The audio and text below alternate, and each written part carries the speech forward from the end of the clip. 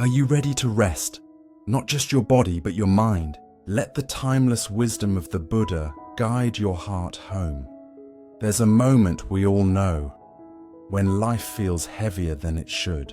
Maybe it happens late at night when the house is quiet and your mind refuses to rest. You stare at the ceiling, replaying old conversations, worrying about what tomorrow might bring. Or maybe it hits you in the middle of a busy day. A sudden ache in your chest, a quiet whisper, something's missing, but I don't know what. We all have that moment, when the noise of the world becomes too loud and silence feels impossible to find. And yet, somewhere inside you, there's a place that has never been touched by chaos, a stillness that has always been there, waiting. A woman once told me a story. She was in her 40s, living alone after a difficult divorce. Every night, she sat by her window with a cup of tea, watching the city lights flicker.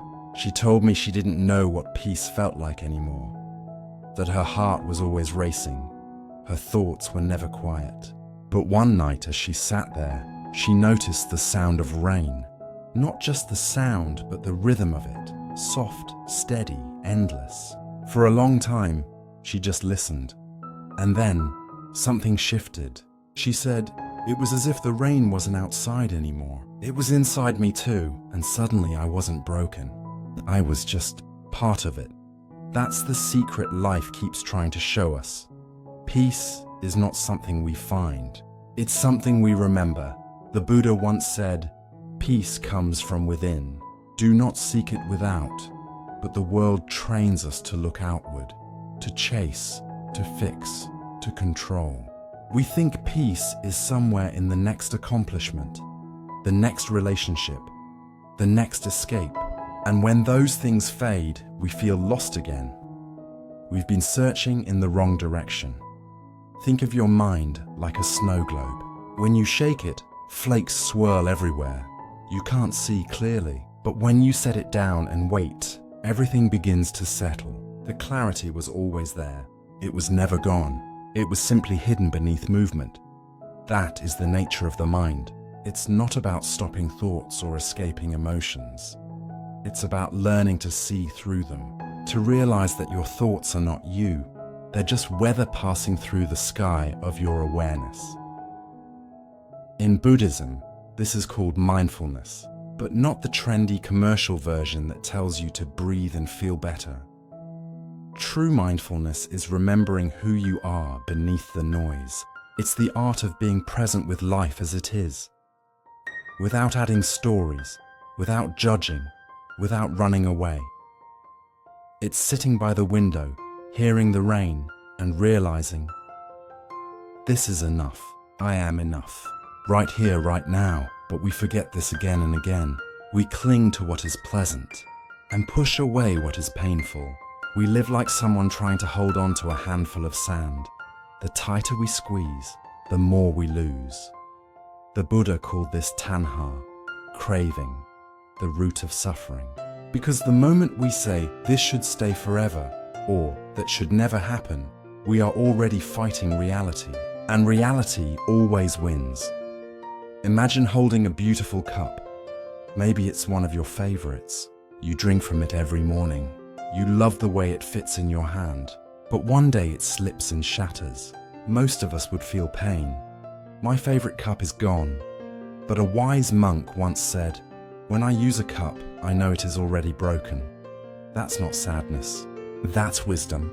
It's the understanding that everything we love is temporary, that the beauty of life doesn't come in spite of its impermanence. It comes because of it. Because when we truly know something will end, we finally start to cherish it. You see, impermanence is not a threat. It's the most compassionate truth the universe could give us. Because without change, there would be no healing. Without endings, there would be no beginnings. Without loss, there would be no room for growth. Every falling leaf, every sunset, every goodbye, they are all silent teachers whispering, "This too shall pass." And that's not a warning. It's a promise that nothing, not even pain, can last forever. But letting go isn't easy. We don't cling because we're foolish. We cling because we love. We want to hold on to the moments that made us feel alive, to the people who once made us whole, to the versions of ourselves we used to be. And yet, holding on is like trying to stop a river with your hands. The tighter you grasp, the more it slips through your fingers. Eventually you realize the river was never meant to be held. It was meant to be flowed with. That's the essence of letting go. Not giving up, not apathy, but trusting the current of life enough to stop fighting it. Letting go is an act of faith, not in religion, but in the unfolding of things. It's saying, I may not understand why this is happening, but I trust that, like the river, it's carrying me somewhere I need to go. Sometimes life teaches us through silence. Sometimes it teaches us through storms, but the teaching is always the same. Everything changes. There is a Japanese saying, mono no aware, the gentle sadness of things. It's the bittersweet awareness that life is beautiful because it fades. When we see that truth clearly, we stop clinging and start loving fully. Because to love something knowing it will end, that's the purest form of love. And maybe this is what awakening truly means. Not some mystical state beyond reach, but simply remembering to come home. To this breath, this moment, this fragile miracle of being alive. You can try it now. Just pause. Feel the breath moving in and out. Don't force it. Don't change it. Just notice. This breath has been with you since the day you were born. It's the most loyal companion you've ever had. It asks for nothing, yet it gives you everything. A new chance every moment to begin again. The Buddha called it mindfulness of breathing.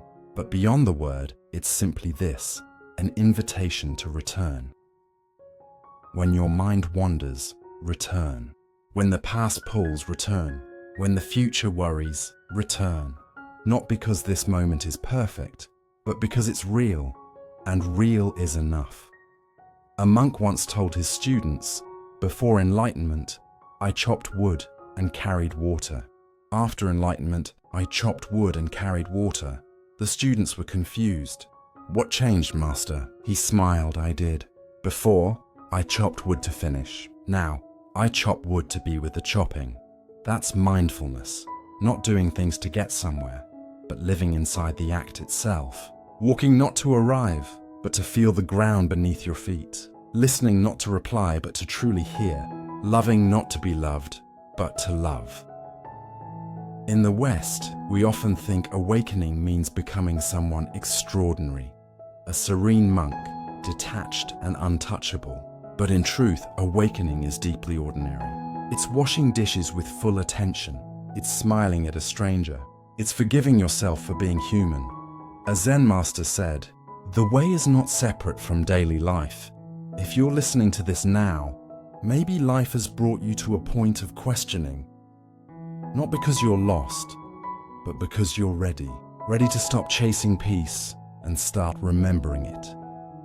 You don't need to escape to the mountains or meditate for hours or become someone spiritual. You just need to sit quietly long enough to hear your own heart again. Because somewhere beneath your fears, beneath your regrets, beneath the endless noise of what if and if only, there's a voice whispering, welcome home.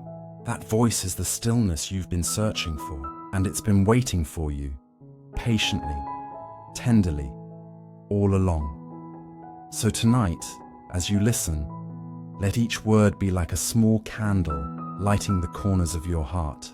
Let it remind you that no matter how far you've wandered, you can always come back to this moment, to yourself, to the peace that never left. Because peace isn't something you earn. It's what remains when you stop running. And as you rest here, feeling the soft rhythm of your own breath, perhaps you'll realize the stillness you've been seeking isn't in the future. It's right here, right now, in the quiet sanctuary within you.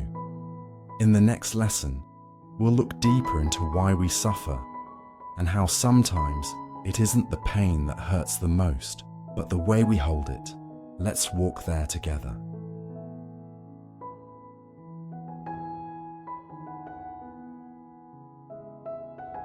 The quiet sanctuary within you. There was a woman who once told me, "I don't remember the last time I felt calm."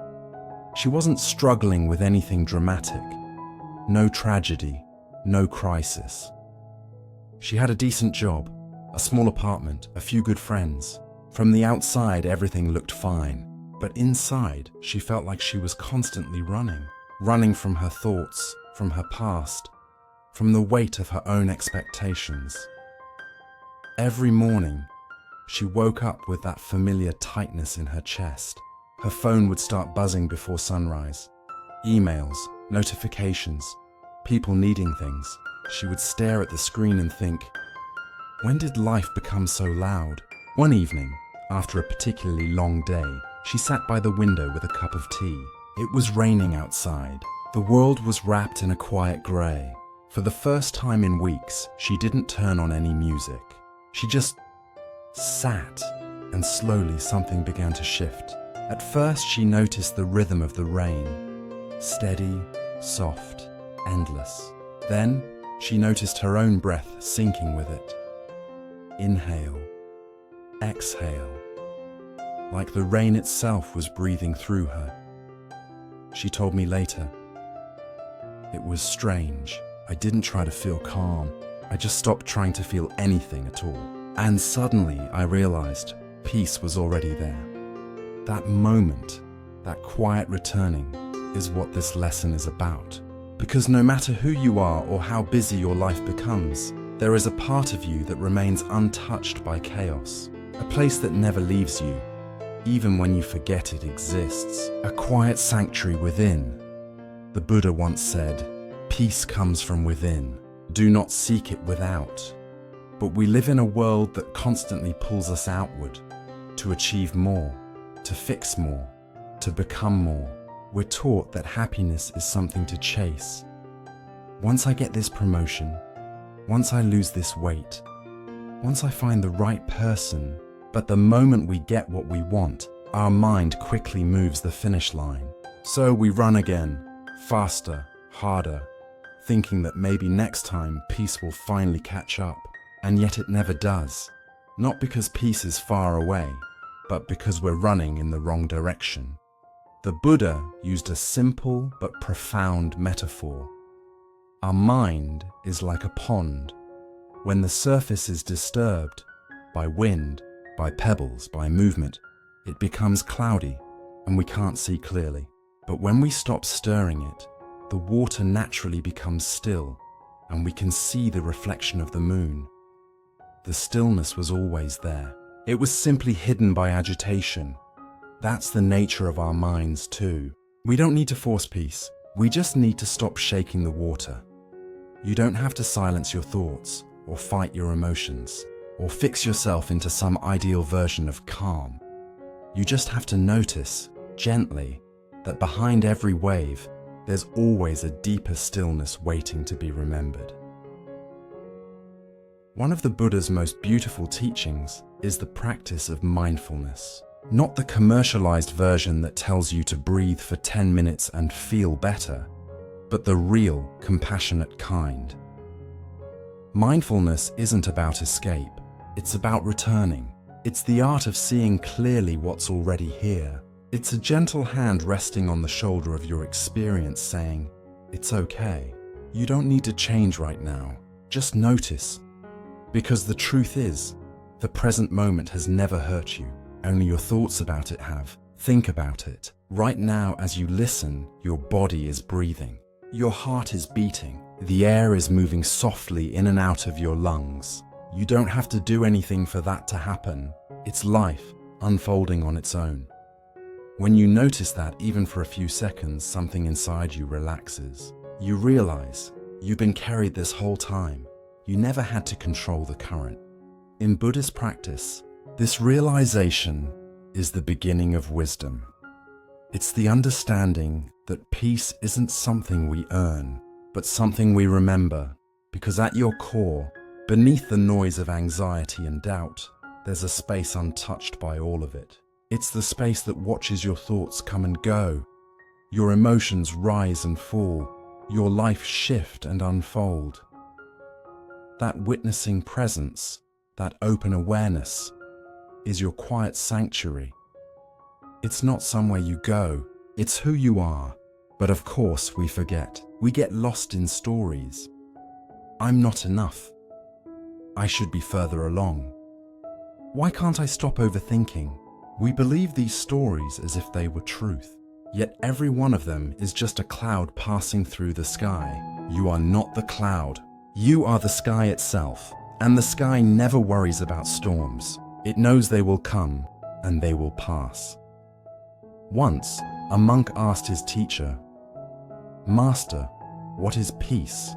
The teacher smiled and said, "Peace is the moment you stop arguing with what is." Those words sound simple, but they cut deep. Because most of our suffering isn't caused by what happens. It's caused by our resistance to it. We want life to be calm, but life includes storms. We want happiness to stay, but happiness includes loss. We want people to understand us, but they're fighting their own battles too. The more we demand that life match our expectations, the more it hurts when it doesn't.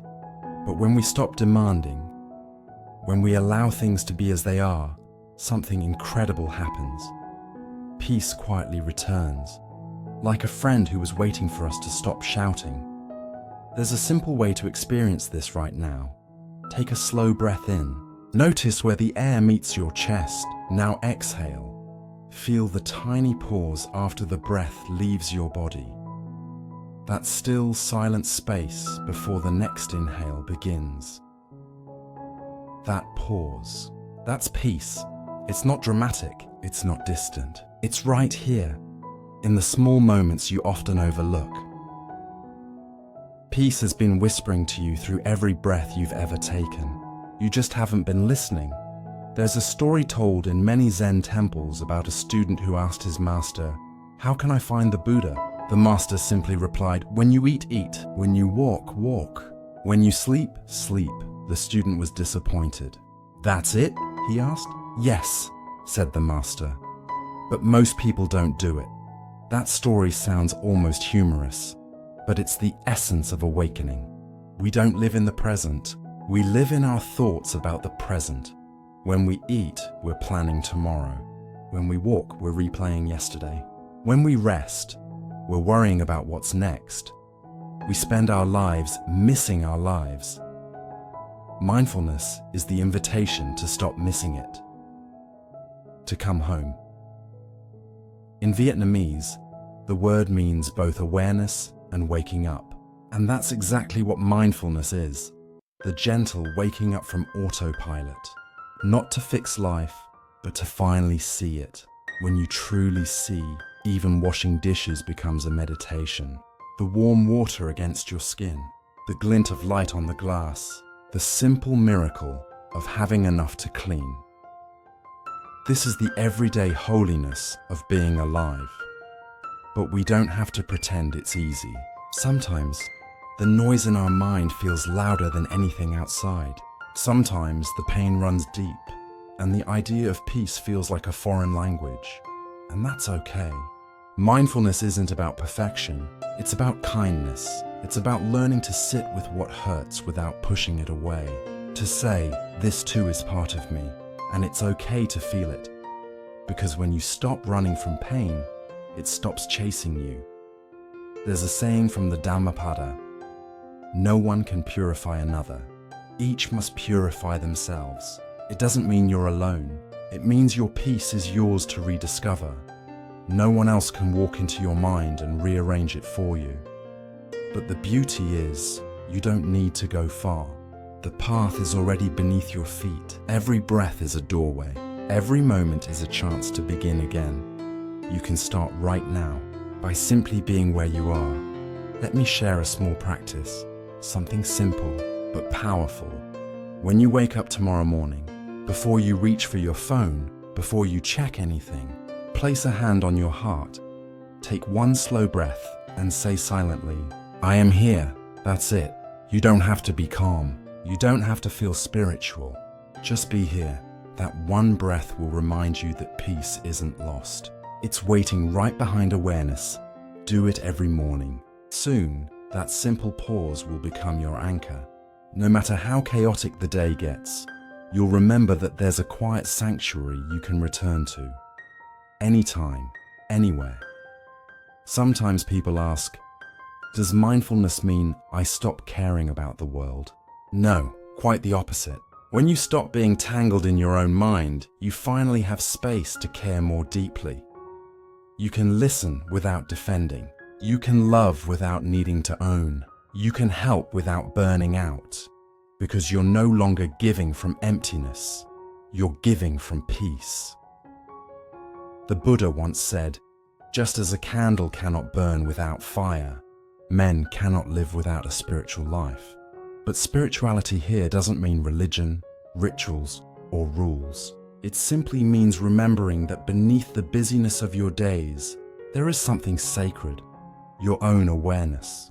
When you live from that awareness, you start to see beauty where you once saw boredom, lessons where you once saw mistakes, and compassion where you once saw anger. You stop searching for meaning, because meaning begins to appear in everything. And that's the heart of this first lesson. You are not broken. You are simply distracted. You don't need to chase peace. You need to notice it. Because the quiet sanctuary you've been searching for has been within you all along. Waiting, patient, unchanged. So tonight, as you sit in stillness, maybe you'll listen to the rhythm of your own breath.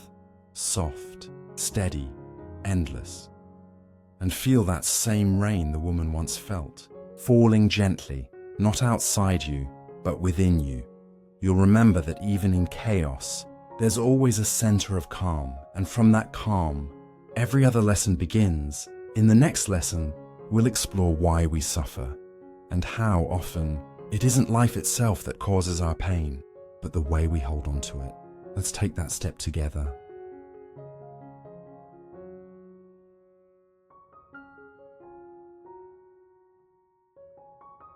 Why we suffer, and how we add the second arrow. There's a story from the Buddha's time that begins very simply. A man came to the Buddha, his face tight with anger and grief. He had lost his home in a storm. His crops were gone. His child was ill. With tears in his eyes, he said, "Why do bad things keep happening to me? I have done nothing wrong." The Buddha looked at him gently and said, "When you are struck by an arrow, does it hurt?" The man nodded. "Now," the Buddha continued, "if a second arrow is shot into the same wound, does it hurt more?" The man nodded again. "Of course, twice as much." The Buddha said softly, "In life, we cannot always control the first arrow, the pain that comes from outside, but the second arrow, the one we shoot ourselves, that is optional. We all know that story in our own way. The first arrow is the pain life gives us: loss, sickness, rejection, change. The second arrow is the pain we give ourselves, the stories we tell after the first wound. Why me? This shouldn't have happened. I'll never be okay again. That second arrow is made of words, of thoughts, of resistance, and it often hurts far more than the first. A friend of mine, Emily, once shared something that perfectly captures this. She had just gone through a breakup, not a dramatic one, just the quiet ending of something that once felt safe. She told me, "I thought the pain was because he left, but after a few weeks I realized the pain wasn't from losing him. It was from all the stories I kept telling myself after he was gone. Stories like I wasted my time. I'll never find someone like that again. Something must be wrong with me." Those stories became the second arrow. They kept the wound open long after the moment had passed. The Buddha's teaching on the two arrows isn't just philosophy. It's a mirror. It shows us how we, without realizing it, make our pain heavier. The first arrow is inevitable. The second is optional, and the power lies in noticing the moment between them. Pain is a natural part of life. It's the body's way of saying, something has changed. When we touch something hot, we pull our hand back. Pain protects us. It's intelligence. But suffering is the refusal to accept that change has happened. It's the mind's way of clinging to what was, or fearing what might be. The Buddha called this dukkha, often translated as suffering, but it's deeper than that. Dukkha literally means a wheel that's slightly off-center. It's not broken, it still turns, but it wobbles. There's always a bit of friction, a bit of unease. That's life. Even on good days, there's a small hum of discontent. You get what you want, but you worry it won't last. You don't get what you want, and you feel incomplete. You meet someone kind, but you fear they'll leave. You find peace, but your mind whispers, don't lose it. That wobble, that restlessness, is dukkha. But the Buddha didn't stop at describing suffering. He gave us the way to understand and eventually end it. This is the first noble truth. There is suffering. The second, suffering has a cause. The third, suffering can end. The fourth, there's a path that leads to its end. These are not pessimistic truths. They are compassionate ones. Because the Buddha wasn't saying life is pain. He was saying pain exists, but there is a way to suffer less. Let's look closer at that second truth, the cause. Suffering begins when we cling, when we insist that things should be different, when we hold on to the pleasant and push away the unpleasant. It's like trying to hold a wave still with your hands. You can try, but all you'll feel is exhaustion. The wave was never meant to be held. Have you ever noticed how often we fight reality? It rains and we're upset because we wanted sunshine. A friend cancels plans and we take it personally. We get older and we grieve the youth we used to have. These are small things, but each one is a quiet argument with life. And every time we argue with reality, we lose.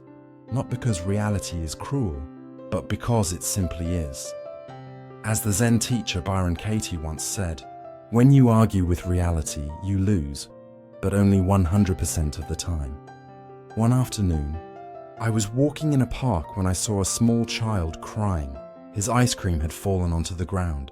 His mother bent down beside him and said gently, "I know you're sad. It's okay to be sad. But look, the birds are happy now." The child sniffled, watching two pigeons pecking at the melting ice cream. He stopped crying. In that moment, something changed. Not the situation, but his relationship to it. That's the shift mindfulness brings. The ability to see pain, acknowledge it, and let it move through you, without stabbing yourself with another arrow. It doesn't mean denying the first arrow. When something hurts, it's okay to hurt. Grief, disappointment, loneliness. These are all part of being human. Mindfulness doesn't say don't feel. It says feel fully, but don't build a house there. Cry when you need to cry, but don't turn your tears into a story that chains you. When we say, this always happens to me, or I'll never be okay again, we're turning momentary pain into identity. That's how the second arrow stays lodged. So how do we stop shooting it? We begin by noticing. Every time something hurts, pause and ask, is this the first arrow or the second? Did life just send me pain? Or am I now adding my own suffering through judgment, blame, or resistance? This simple question creates a small space, and in that space, freedom begins. Because awareness interrupts the pattern. You can't stop the first arrow, but you can stop yourself from picking up the bow again. The Buddha compared this awareness to a lamp in a dark room. Once the light is lit, even a little, you start to see what's been causing you to stumble. And once you see, you don't step in the same spot again. That's the quiet power of mindfulness. It doesn't erase pain, but it dissolves the unnecessary suffering wrapped around it. There's another story from the Buddha's life about a grieving mother named Kisa Gotami. Her only child had died, and in her unbearable grief, she carried his lifeless body through the village, begging for medicine to bring him back. When she reached the Buddha, he didn't lecture or explain. He simply said, "Go into the town and bring me a handful of mustard seeds. But they must come from a house that has never known death." Kisa went from door to door.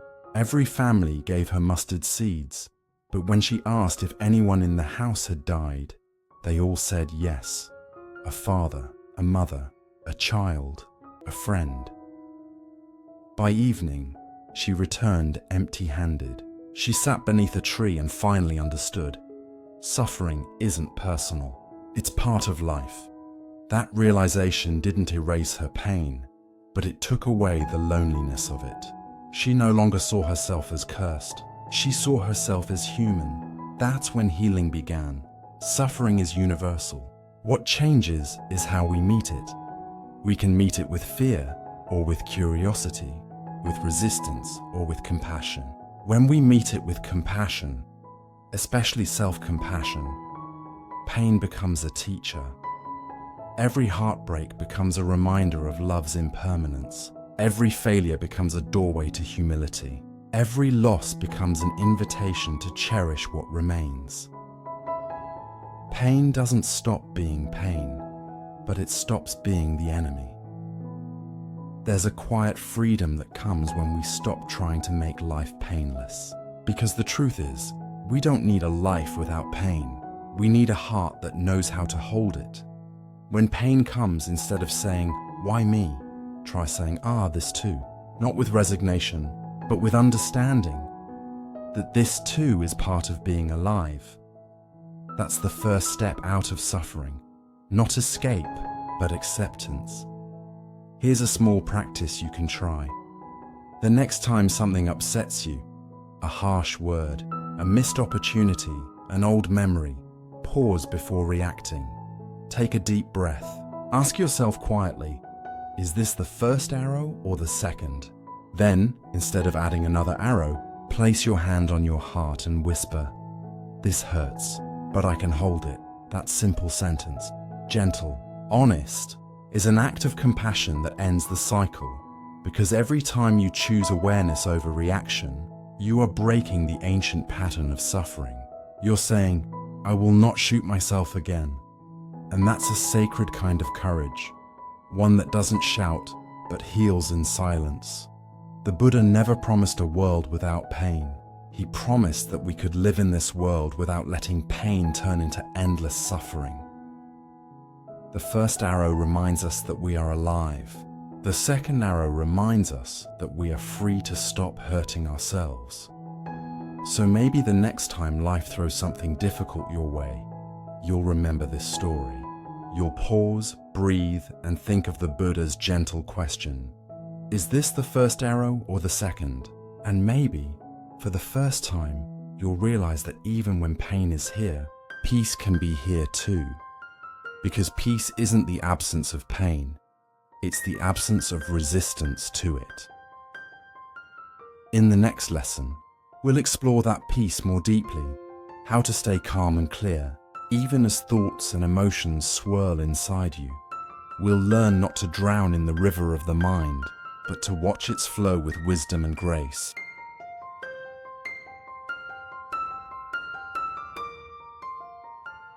The river of thoughts, learning to watch, not drown. There's a small village in the mountains of northern Thailand, where a quiet river winds through bamboo forests and rice fields. The villagers say the river never sleeps. It flows through every season, calm in the dry months, fierce in the rainy ones, but always moving, always returning to itself. One morning, a young monk stood by the water's edge with his teacher. The monk said, "Master, my thoughts never stop. Even when I meditate, they chase each other like fish in this river. How can I find peace?" The old teacher smiled, picked up a pebble, and tossed it into the water. The surface rippled, then settled. He said, "The river flows, but the sky above it remains clear. You are not the river, you are the sky." That story holds one of the most gentle and powerful truths in Buddhist practice. Our mind is like that river, full of movement, full of life. Thoughts come and go, memories, worries, hopes, judgments. But beneath that flow, there's something still. The open sky of awareness. That's who we really are. The problem is, most of us live as if we're in the river, tossed from one thought to the next, fighting the current. We don't watch our thoughts. We believe them, and that's why we drown. Let's be honest. It's exhausting being inside your own head sometimes, isn't it? You try to focus, and your mind runs off. You sit in silence, and suddenly you remember that embarrassing thing from years ago. You lie down to sleep, and your brain decides it's the perfect time to replay your entire life. The modern world only makes it louder. Messages, headlines, screens, noise, a constant flood of input. No wonder so many of us feel like we're standing in the middle of a rushing river, barely able to breathe. But Buddhism offers a quiet, practical way out, not by stopping the river, but by learning to stand on its bank. The Buddha once said, "Just as a log carried by the current will eventually reach the ocean, so too, when the mind is trained, it will reach freedom." He didn't say stop the river, he said, train the mind. You don't have to make the thoughts disappear. You only need to change your relationship with them. There's a difference between thinking and being lost in thought. Thinking is natural. It's what the mind does. Being lost in thought is when we forget that we're the ones watching. Imagine sitting by that same river. A leaf drifts by, then another. You watch them, but you don't jump in to chase them. That's mindfulness. But most of us, we dive in. We grab the leaf, examine it, argue with it, name it, fear it. And by the time we come up for air, we've drifted miles downstream. Here's something to remember. You are not your thoughts. You are the space in which your thoughts appear. It's such a simple sentence. But if you really let it sink in, it changes everything. Your thoughts can be kind or cruel, calm or chaotic, but they don't define you. Just because a thought arises doesn't make it true. The Buddha once compared thoughts to clouds passing across the sky. They appear, change shape, and dissolve. But the sky remains untouched. When you realize you're the sky, you stop fearing the clouds. A friend of mine, Daniel, used to say, "My mind feels like a wild monkey." He was always jumping from one thing to another, anxious, restless, never satisfied. I told him about the Buddha's term for this, monkey mind. The Buddha said our thoughts swing from branch to branch, chattering, comparing, worrying, grasping. Daniel laughed and said, "That's me. I'm basically a jungle." But the Buddha also said the mind can be trained, not by force, but by gentle attention. When you sit quietly and notice your breath, when you feel your feet on the ground, when you simply observe instead of react, you're teaching the monkey to rest in your lap. It won't happen overnight, but one day you'll realize the monkey has fallen asleep and the forest is peaceful again. This is the heart of insight meditation. It's not about achieving silence, it's about seeing clearly. When you close your eyes and watch your thoughts, you start to notice patterns. I'm always planning. I'm always criticizing myself. I'm always worrying about things that never happen. That awareness itself is the beginning of freedom.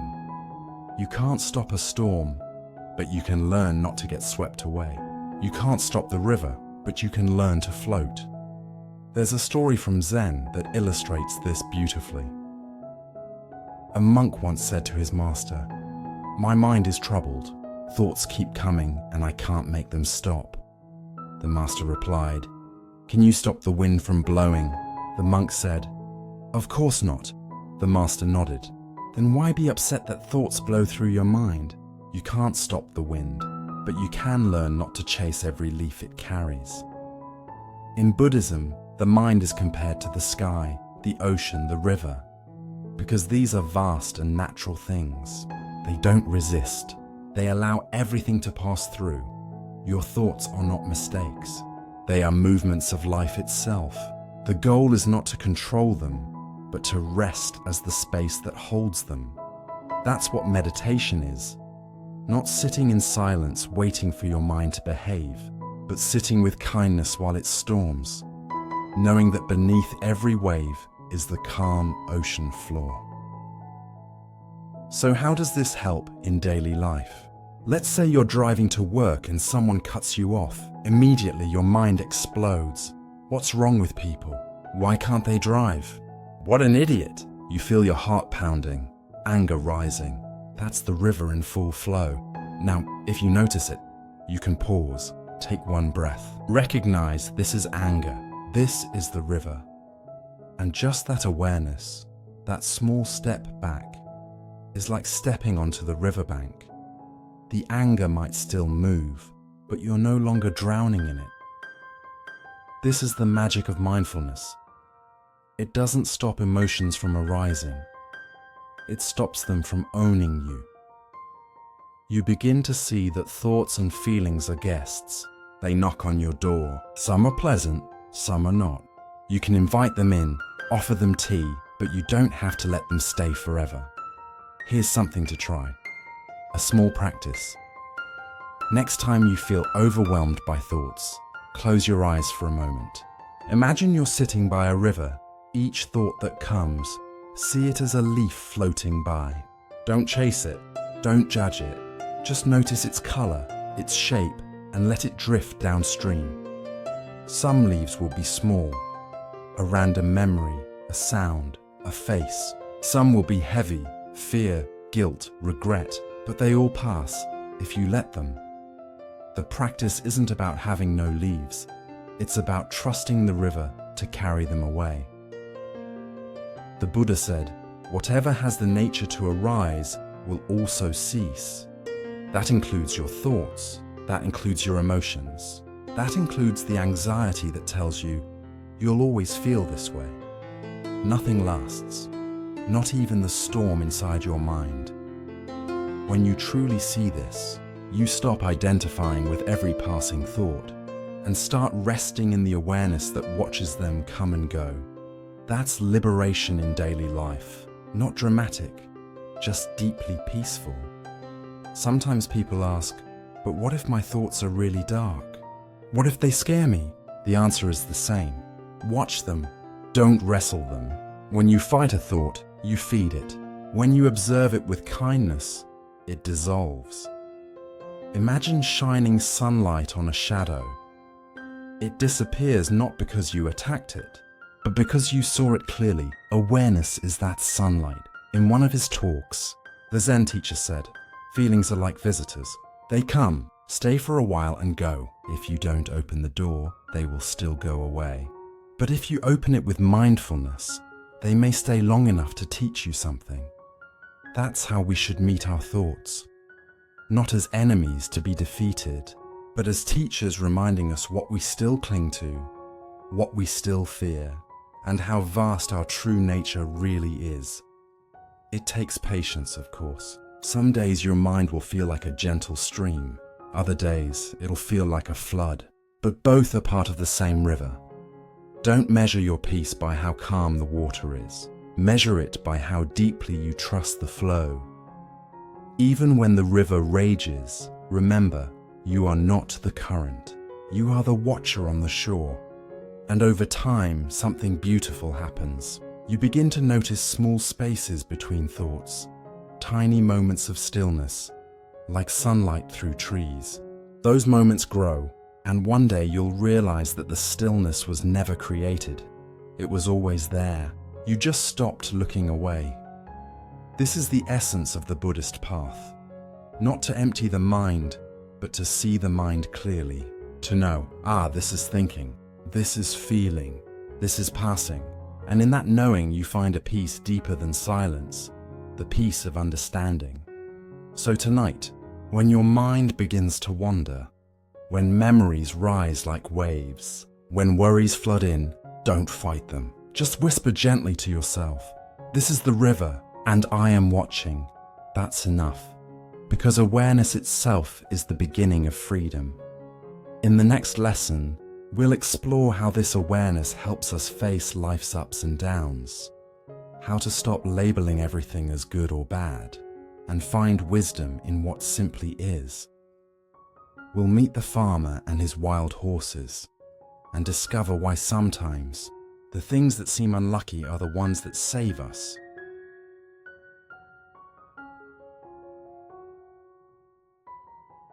The farmer and the wild horses. There was once an old farmer who lived in a small village at the edge of the mountains. He worked hard every day, tending his fields, caring for his horse, living simply. One morning, his only horse ran away. The neighbors came to comfort him. "What terrible luck," they said.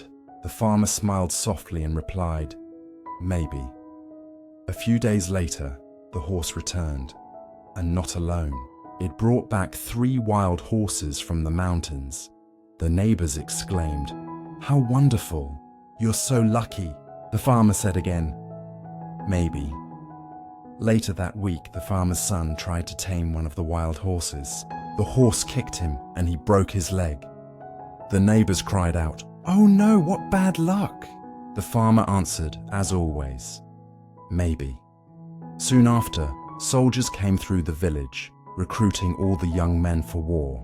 Because of his broken leg, the farmer's son was left behind. The neighbors said, "You are so fortunate." And once again, the farmer simply said, "Maybe." This story, The Farmer and the Wild Horses, is one of the oldest Zen parables. It reminds us of something life keeps trying to teach us. We never really know what's good or bad. We just know what is. The Buddha once said, "The mind that grasps at pleasant things and resists unpleasant things creates its own suffering."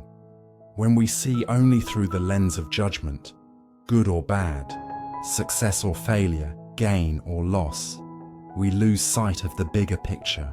But when we rest in awareness, we see that life is far more mysterious than we think.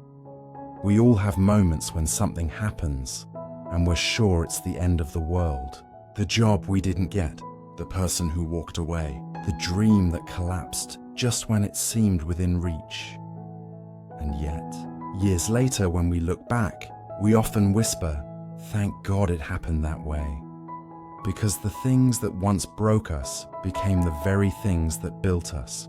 The closed doors made us change direction. The endings made space for beginnings we couldn't yet see.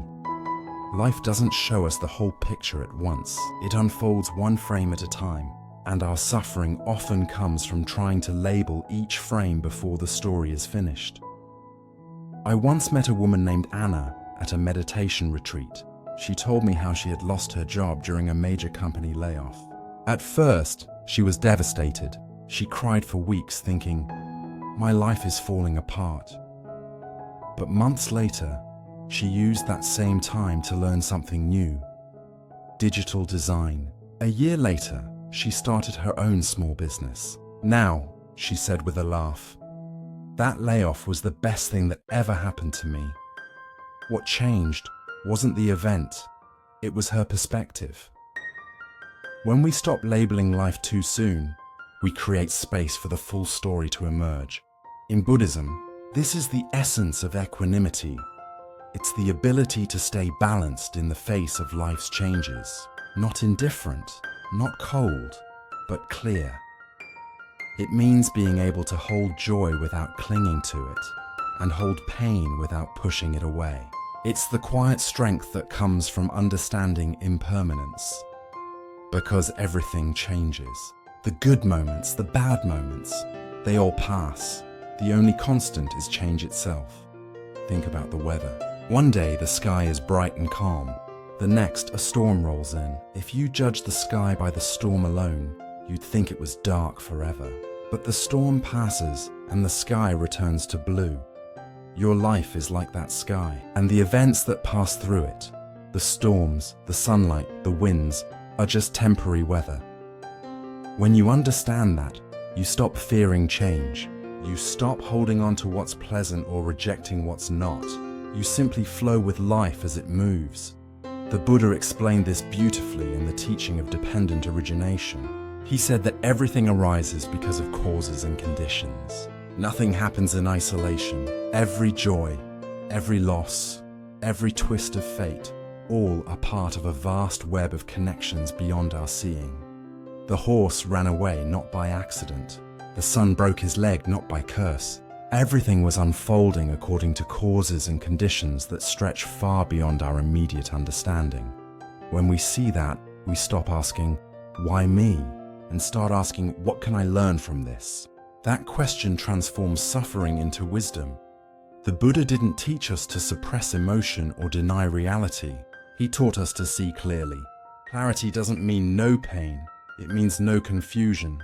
Pain is a natural part of life, but confusion, labeling pain as punishment or luck as destiny, that's what deepens suffering.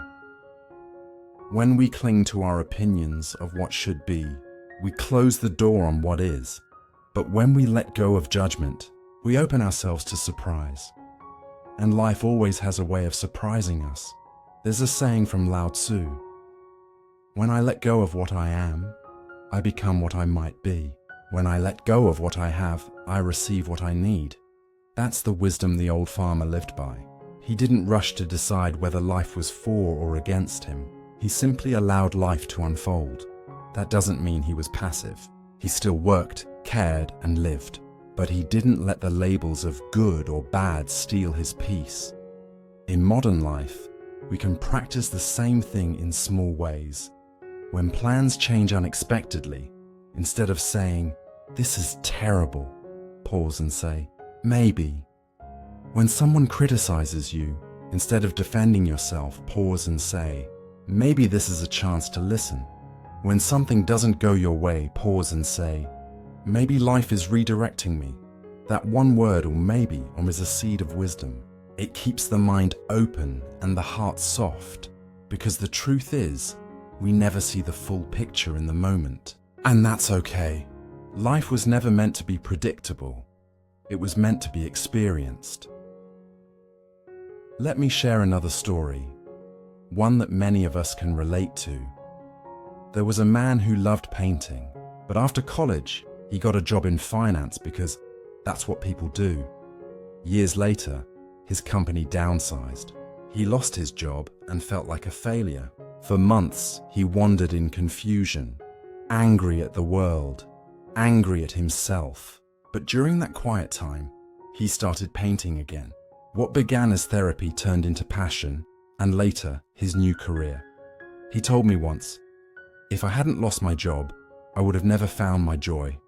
That's the wild horse.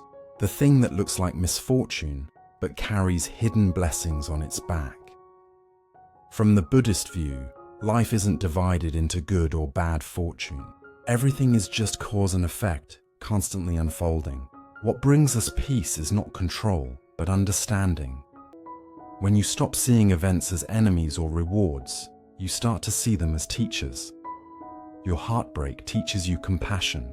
Your mistakes teach you humility. Your uncertainty teaches you faith. Every experience, when met with awareness, becomes part of your awakening. Of course, this doesn't mean we stop feeling. When something hurts, it's okay to hurt. Even the old farmer surely felt sadness when his horse ran away, and relief when it returned. But he didn't cling to those feelings as truth. He felt them fully and let them pass. That's mindfulness in action. Feeling everything, but being enslaved by nothing. There's a passage from the Dhammapada that says, "As rain breaks through an ill-thatched house, so passion breaks through an untrained mind. But as rain does not break through a well-thatched roof, so passion does not break through a well-trained mind." The well-trained mind isn't one that avoids storms. It's the one that lets the rain fall, knowing it cannot flood what is grounded in awareness. That's the mind of the farmer. Steady, simple, at peace with what comes. So how can you practice this today? Here's a small, gentle exercise. When something happens that you instantly label, this is bad, this is good, this shouldn't happen. Pause for one breath. Say silently to yourself, maybe, then notice what happens. That tiny pause opens a doorway, a space where peace can enter. Instead of drowning in reaction, you begin to see with wisdom, and in that space, you can respond with calm rather than chaos.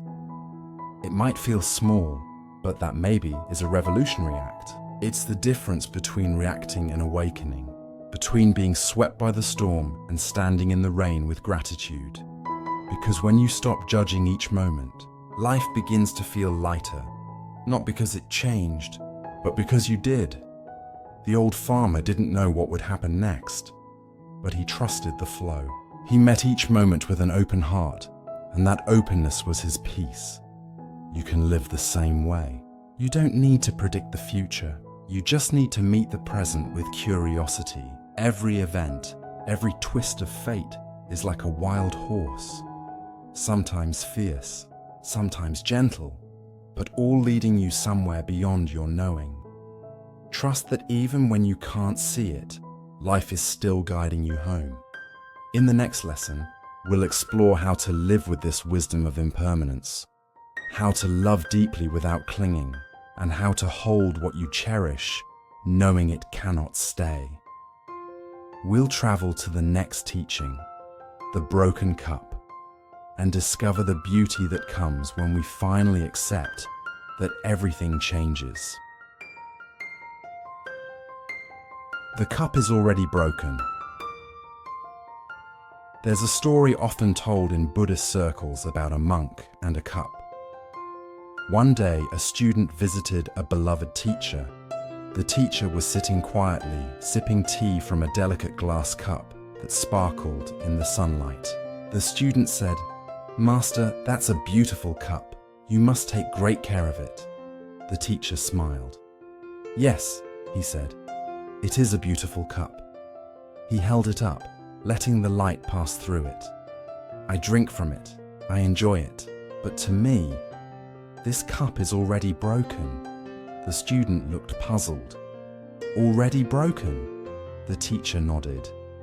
"When I understand that the cup is already broken, every moment with it becomes precious. When it inevitably falls and shatters, I will say, 'Ah, of course.' This understanding doesn't make me love it less. It makes me love it more." That story is simple, but it carries a truth that can transform the way we live and love. Because everything, every person, every relationship, every experience is already broken. Not in a tragic way, but in the way that all things are impermanent. Nothing we love will last forever, and that's not something to fear, it's something to awaken to. The Buddha called this truth anicca, or impermanence. He said, all conditioned things are impermanent. When one sees this with wisdom, one turns away from suffering. Impermanence isn't a curse. It's the most compassionate teaching in the world. Because when you truly see that everything changes, you stop clinging to what you can't keep, and you start cherishing what's here while it's still here. We all have cups in our lives. The people we love, the bodies we live in, the moments we wish could stay. And we all, at some point, face the heartbreak of watching them change, fade, or break. A friend moves away. A child grows up. A parent grows old. A dream dissolves. Even the most beautiful day eventually turns to night.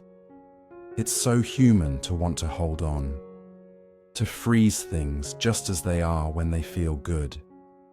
We take photos, make plans, replay memories, hoping to keep the warmth a little longer. But holding on too tightly only makes the letting go hurt more. Like trying to clutch water in your hands. The tighter you squeeze, the faster it slips away. A woman I once met shared a story that still moves me. She had a small ceramic mug she'd owned since college, chipped but perfect in her eyes. Every morning for 20 years, she drank coffee from it while watching the sunrise. One morning, while washing it, the mug slipped and shattered in the sink. She stood there frozen, tears welling up. Not just for the mug, but for everything it represented. Her youth, her routines, the quiet comfort of something that had always been there. But then she took a deep breath, picked up one of the broken pieces, and whispered to herself, maybe it was never meant to stay, just to be loved while it was here. She told me later, that was the moment I really understood impermanence, not from a book, but from a broken cup. Impermanence doesn't ask us to stop loving. It asks us to love differently. Not with grasping hands, but with open palms. Not with fear of loss, but with gratitude for presence. When we love someone, we know, deep down, that one day they or we will have to say goodbye. But instead of letting that truth make us anxious, we can let it make us gentle. We can say, I love you, knowing you're impermanent. And that makes this moment sacred. The Buddha compared life to a dewdrop on a blade of grass. It shines brilliantly in the morning sun, clear, radiant, breathtaking. And then, when the sun rises higher, it disappears. But its beauty was never in its permanence. It was in its presence. The same is true for us. Every breath, every smile, every connection, they shimmer for a moment in time, and then they pass, leaving behind not emptiness, but wonder. Still, the mind resists this truth. It says, if everything changes, how can I be safe? If I can't hold on, how can I love? But look closely. The desire for permanence is what creates suffering. We cling to what cannot stay. We fight the natural rhythm of life. We cry out, don't change, to a universe that has been changing since the beginning of time. It's like standing in the ocean and yelling at the waves to stop moving. You can shout all you want, the tide will still come in and the tide will still go out. But when you stop fighting the waves, you can start to float. That's the heart of Buddhist practice, to stop resisting the flow of life and learn to move with it, to see that every ending carries the seed of a new beginning, and every loss is part of the great cycle of renewal.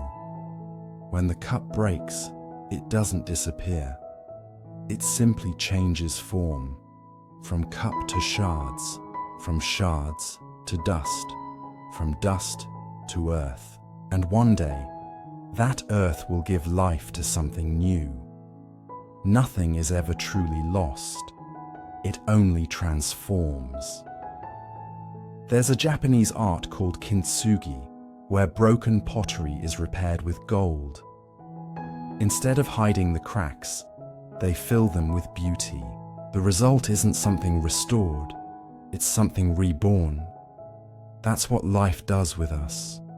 Every heartbreak, every loss, every broken moment, they're the cracks where wisdom and compassion seep in.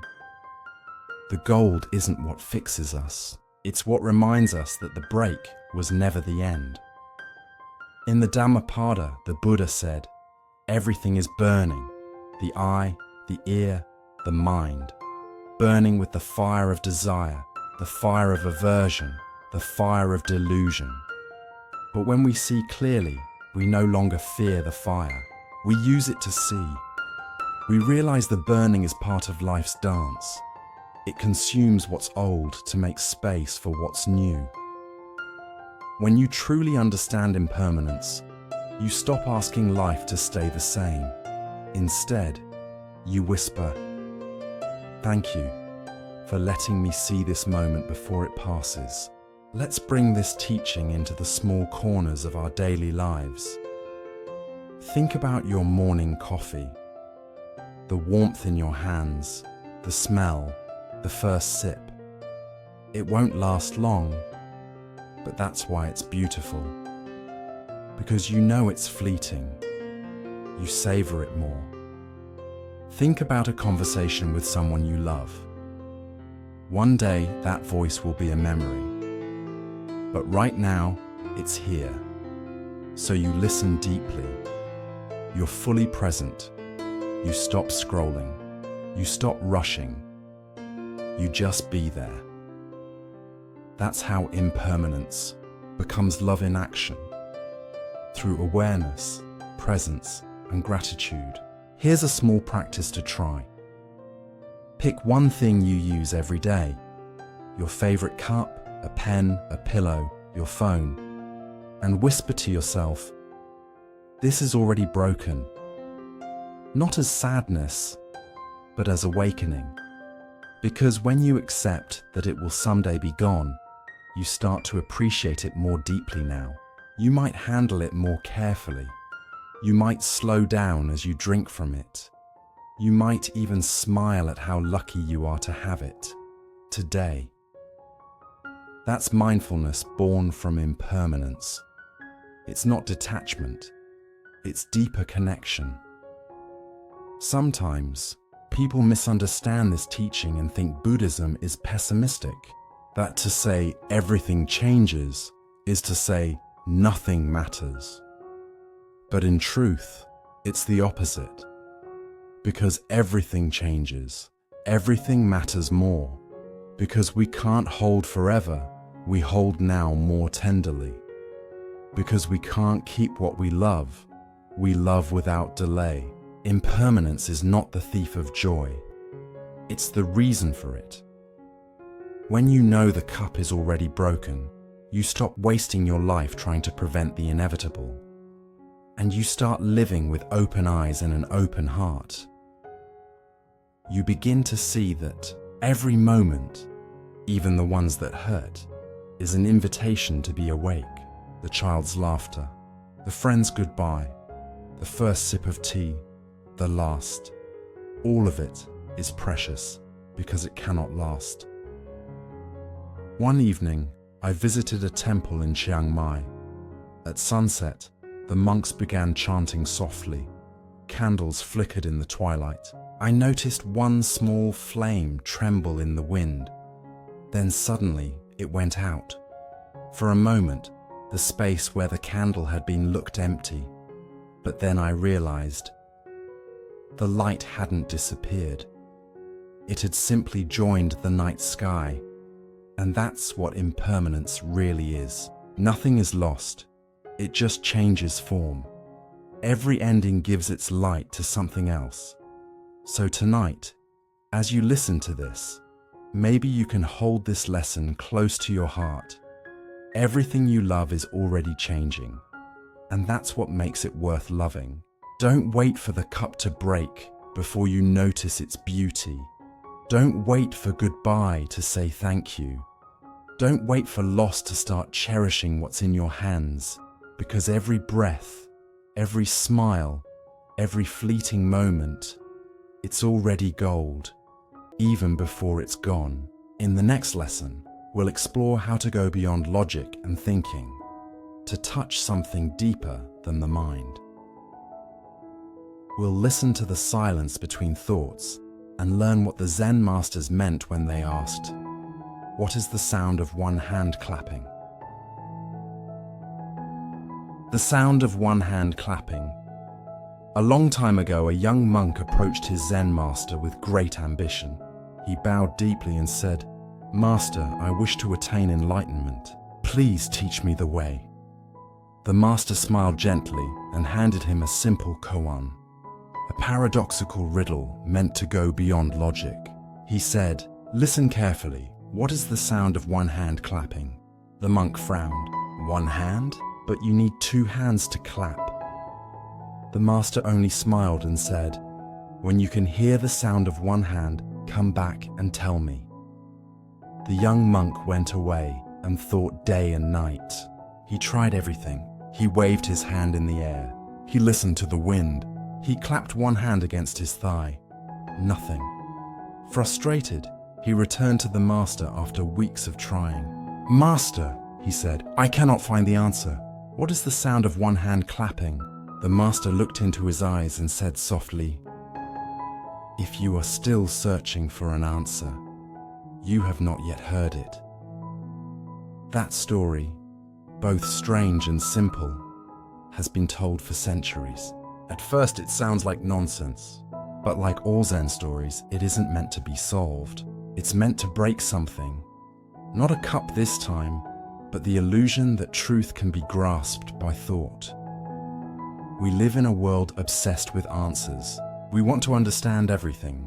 Why things happen, what people mean, what's next. Our minds are always clapping. Thoughts meeting thoughts. Logic meeting logic. And in that noise, we miss the silence underneath. The koan, what is the sound of one hand clapping, invites us to listen beyond sound, beyond reasoning, to the space between, the stillness that holds everything. Because sometimes, wisdom isn't in the noise of knowing, it's in the quiet of not needing to know. The Buddha once said, "There is no path to truth through words. The truth must be directly realized." That realization doesn't happen through endless analysis. It happens through presence, through silence, through direct experience of this moment. Zen calls this direct pointing to the mind. It means going straight to the heart of awareness itself, not describing it, not thinking about it, but being it. When you hear a question like, "What is the sound of one hand clapping?" your logical mind instantly activates. It wants to figure it out, but the more you think, the further away you drift. Because the koan isn't asking for an answer, it's asking for a shift. It's asking, can you listen without judgment? Can you perceive without naming? Can you simply be present without clinging to meaning? That's the sound of one hand clapping. The silence that remains when the mind stops searching. Let's bring this down to daily life. Imagine you're sitting in traffic. You're late for work. The cars are moving slowly and your thoughts start to boil. "I can't believe this! Why does this always happen? What if my boss gets angry?" Your mind becomes a room full of echoes, noise bouncing off noise. But if, in that moment, you take a deep breath and notice the hum of the engine, the way the light hits the windshield, the rhythm of your heartbeat, you suddenly drop out of the noise. That's the sound of one hand. Clapping, it's not literal. It's the stillness that appears when you stop, arguing with what's happening. There's a famous line in Zen that says, "When the mouth is open, all are lost in words. When the mind is silent, the truth speaks." We spend so much of our lives clapping, mentally reacting to everything. We analyze, defend, explain, predict. We meet every thought with another thought, every emotion with a story about it. But true peace doesn't come from adding more thoughts. It comes from the space between them. That space isn't empty. It's alive. It's the ground of awareness. A modern example might help. A friend once told me she couldn't meditate because her mind was too loud. Every time she sat down, thoughts raced through her head. Memories, plans, worries. I asked her, "Can you hear those thoughts?" She nodded. "Then you can't be them," I said. "Because if you can hear them, there must be something deeper that is listening." She paused for a long time and smiled. "That listening," she said quietly, "feels peaceful. That's it. That's the sound of one hand clapping. The awareness that notices thought without being thought. The silence behind the noise. In Buddhism, this awareness is called sati, mindfulness. It's not concentration or control. It's remembering the simple fact of presence. When you're mindful, you don't have to stop the waves of the mind. You just stop mistaking the waves for the ocean. You rest as the water itself, vast, open, undisturbed. Let's look at the koan again, but from a different lens. Two hands clapping create sound. That's duality. You and me, this and that, gain and loss. But one hand alone represents non-duality. It's the state before separation, before comparison, before opposites, two. Here the sound of one hand is to awaken to oneness, the silence where all opposites dissolve. It's the same silence the Buddha touched under the Bodhi tree. The stillness beyond birth and death, joy and sorrow. The sound of one hand clapping isn't heard by the ears. It's felt by the heart. It's the sound of being fully here, where nothing is missing and nothing needs to be added. Have you ever walked in nature and suddenly felt time stop? No thoughts, no worries, just the rustle of leaves and the softness of air. That's the sound of one hand clapping. Or maybe you've held someone's hand in silence, no words, no explanation. And in that quiet, you felt complete. That too is the sound of one hand clapping. It's the soundless sound of presence, the peace that doesn't depend on conditions. But here's the paradox. The moment you try to get it, you lose it. Because the very effort to grasp it is more noise. It's like trying to hold a bubble. The harder you reach, the faster it bursts. So instead of seeking, relax. Instead of trying to understand, allow. Instead of clapping, just listen. In that listening, everything becomes music. The Buddha once said that enlightenment is not something added to the mind. It's simply the end of confusion. It's seeing that we've been clapping all along, trying to make meaning out of silence, when silence itself was the meaning. When the monk finally stopped trying to hear the sound, he began to feel it, not as a sound, but as stillness, the quiet unity of everything. That's when he returned to his master and bowed deeply. The master asked, "Have you heard the sound of one hand?" And the monk simply smiled. How can you bring this into your own life? Start by noticing how much of your day is spent reacting to messages, to headlines, to opinions, to yourself. That's the two hands of daily living, you and the world, constantly colliding. But try this. Once a day, stop. Don't reach for your phone. Don't turn on music. Just sit, feel your breath. Listen. Not for sound, but for stillness. At first, your mind will resist. It will throw thoughts like stones into the pond. But if you don't chase them, the water becomes still again. And in that stillness, you begin to sense the quiet pulse of life itself. That's the sound of one hand clapping. Another small practice. When someone says something that upsets you, before responding, take one conscious breath. That breath is your one hand. The urge to react is the other hand. If you can pause, you stop the two hands from clapping. And in that silence, wisdom speaks. That's mindfulness in real life. That's Zen in motion. Zen isn't about escaping the world. It's about seeing through it. Seeing that the noise, the silence, the chaos, the calm, they all arise in the same awareness. Once you taste that awareness, you realize it's always been here, quiet, patient, waiting beneath the noise, like a vast sky that's never disturbed by the thunder it holds. Sometimes, people imagine enlightenment as a great explosion, a sudden flash of understanding. But often, it's just the opposite. It's the soundless moment when the mind stops searching and simply rests. It's the moment when a tear falls, and instead of asking why, you just feel it. It's the moment when you stop needing the world to make sense, and instead, you simply sense the world. That's the sound of one hand clapping, the wordless peace of being alive. There's an old Zen saying, before enlightenment, chop wood, carry water. After enlightenment, chop wood, carry water. Nothing changes, and yet everything changes. Because before you were clapping unconsciously, now you hear the silence behind the clap.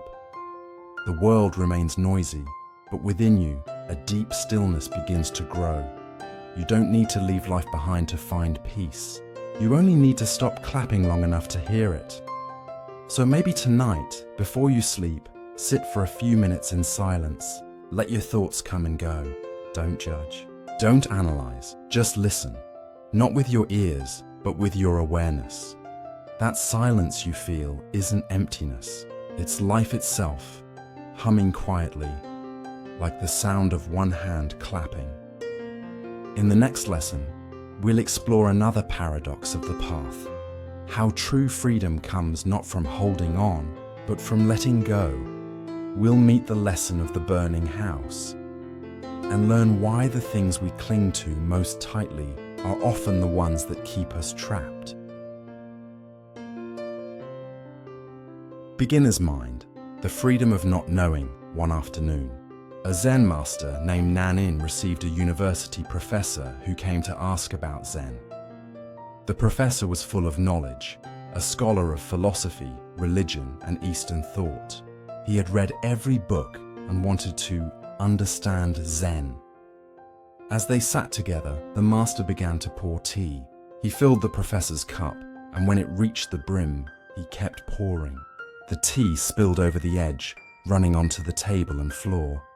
The professor shouted, "Stop! The cup is full. No more will go in." Nanin set the teapot down gently and said, "Like this cup, you are full of your own opinions and conclusions. How can I show you Zen unless you first empty your cup?" That story is short, but it captures one of the most liberating truths in Buddhism. Real wisdom begins not with knowing, but with not knowing. Zen calls this beginner's mind. It means approaching life with openness, curiosity, and humility, like a child seeing the world for the first time. Because the moment you think you already know, you stop truly seeing. In modern life, we're taught to value certainty, to have answers, plans, definitions, labels. We build identities out of what we know, who we are, what we want, what we believe, what's right and wrong. But the more certain we become, the more rigid we get. We start living inside a mental box, filtering every new experience through old conclusions. Beginner's mind is the opposite of that.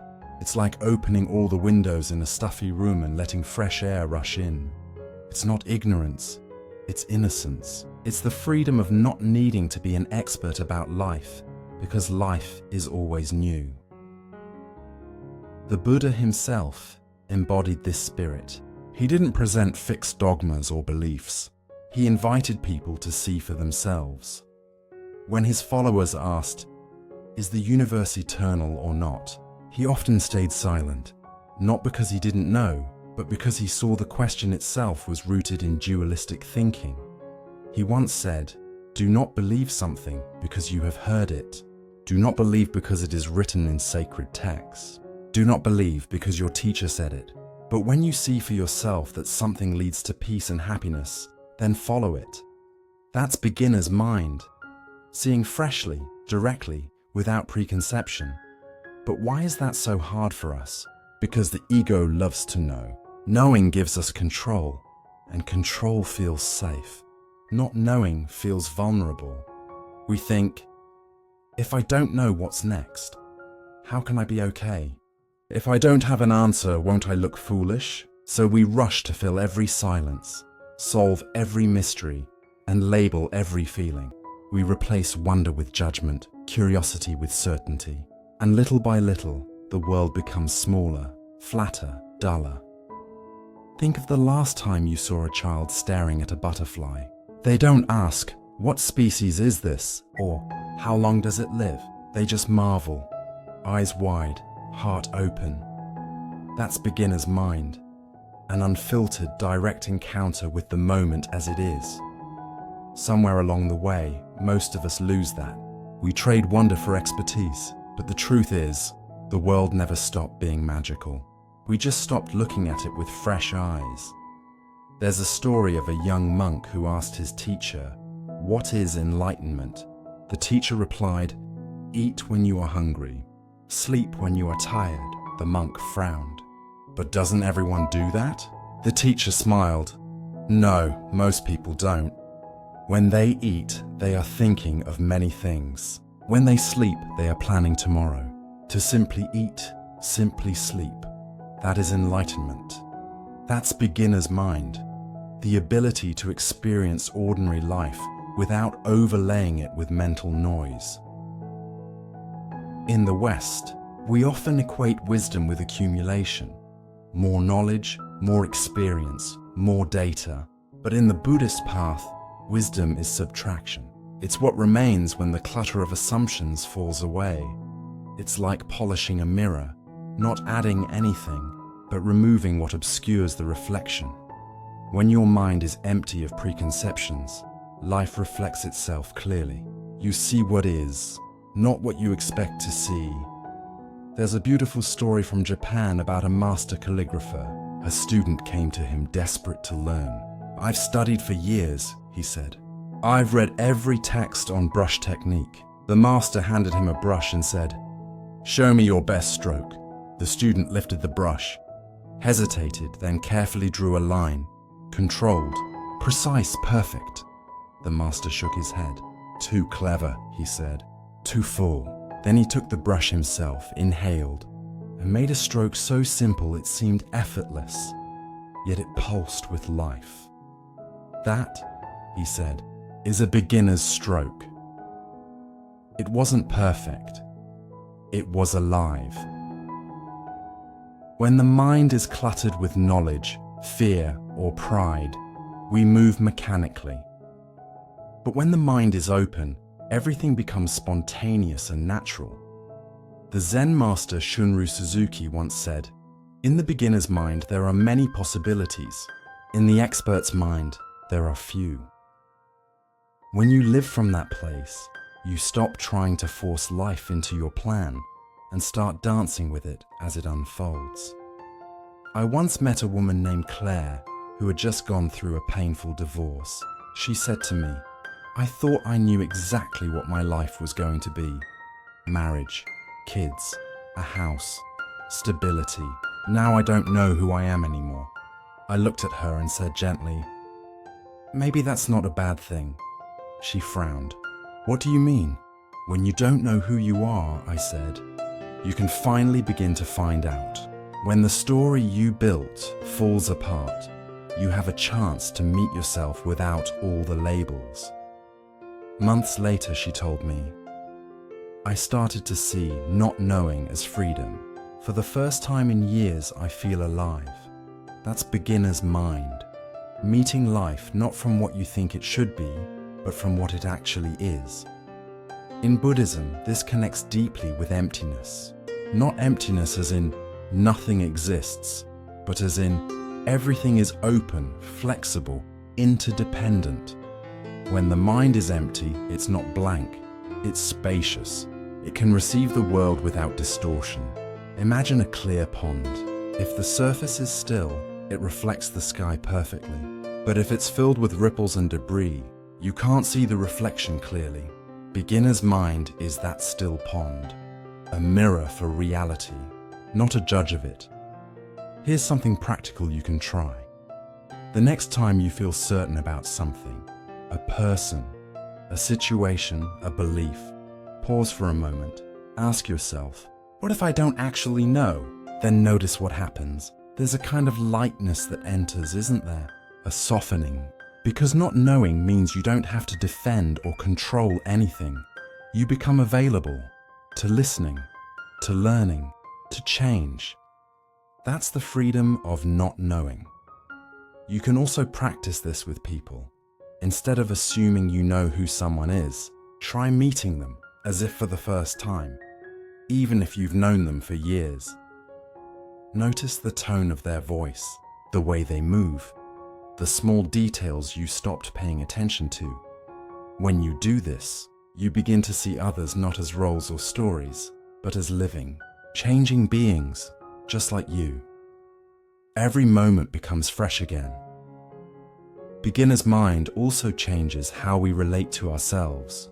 We stop saying, "I'm this kind of person," or "I'll never change." Because the truth is, we're all changing, constantly. When you let go of the need to define yourself, you make room to grow. That's why in Zen they say, the path is not about becoming something new, it's about seeing that you were never fixed. This openness doesn't just make life lighter, it makes it sacred. Because when you stop labeling everything, you start noticing everything. The way sunlight hits the table, the sound of rain on the roof, the warmth in someone's eyes when they smile, you realize this is enough. This moment, just as it is enough. That realization doesn't come from knowledge, it comes from presence. So tonight, maybe you can try a small practice. Before bed, sit quietly for 1 minute. Close your eyes, take a slow breath in and a slow breath out. Then whisper softly to yourself, "I don't know." Say it not with fear, but with freedom. Because in those 3 words, you release the need to control the world and return to the wonder of simply being alive in it. Beginner's mind doesn't mean erasing what you've learned. It means carrying your wisdom lightly, like a traveler with an open map, willing to be surprised by the path ahead. It's the mind that says, maybe there's another way to see this. Maybe I don't need to be right. Maybe I can just watch and learn. That humility opens the door to endless discovery and endless peace. In the beginner's mind, every breath is new, every sunrise is the first, every step is the beginning of the path, and that's the real secret of Zen. The path isn't somewhere else. It's right here, fresh, alive, waiting for you to notice. In the next lesson, we'll explore how to live with this openness in a world that constantly changes, how to stop resisting the flow of life and find grace in movement itself. We'll step into Lesson 8, Flowing Like Water, and learn the art of moving through life without fear, without struggle, just pure, effortless being. The empty boat and the angry mind in a quiet, forgotten corner of a Buddhist monastery, there sits a simple and profound story. One that might feel as though it was written just for you, in the quiet moments when your mind is restless and your heart is heavy. It's the story of an empty boat and a mind full of anger. The story goes something like this. A man, paddling his boat down a peaceful river, becomes suddenly furious when another boat appears from the opposite direction. The boats collide, and the man feels a surge of anger. How dare they? Who do they think they are? The other boat didn't even try to avoid the collision. His frustration grows, his breath quickens, and his heart races. His mind is flooded with blame and irritation. But as the story unfolds, the man notices something strange. The boat he collided with is empty. There's no one in it. In that moment, something shifts. He begins to see the absurdity of his anger. How could he be angry at an empty boat? The truth is, the anger wasn't about the boat at all. It wasn't even about the person, or the lack of one, inside the boat. The anger was born from his own mind, from the stories he had spun about what should have happened. His mind had filled the empty boat with assumptions, with expectations of how things were supposed to unfold. This ancient tale offers us a glimpse into how often we allow our anger, resentment, and frustration to rise without ever questioning the source. How many times have we reacted to a situation only to realize later that our anger was not caused by the event itself, but by our interpretation of it? That moment of realization is the turning point, the place where we can shift from reaction to reflection. The angry mind and its story's anger, in its most raw form, is born from a misunderstanding.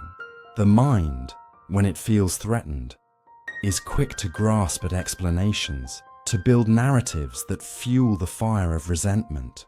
We see someone cut us off in traffic, and instantly we label them as rude, inconsiderate, or selfish.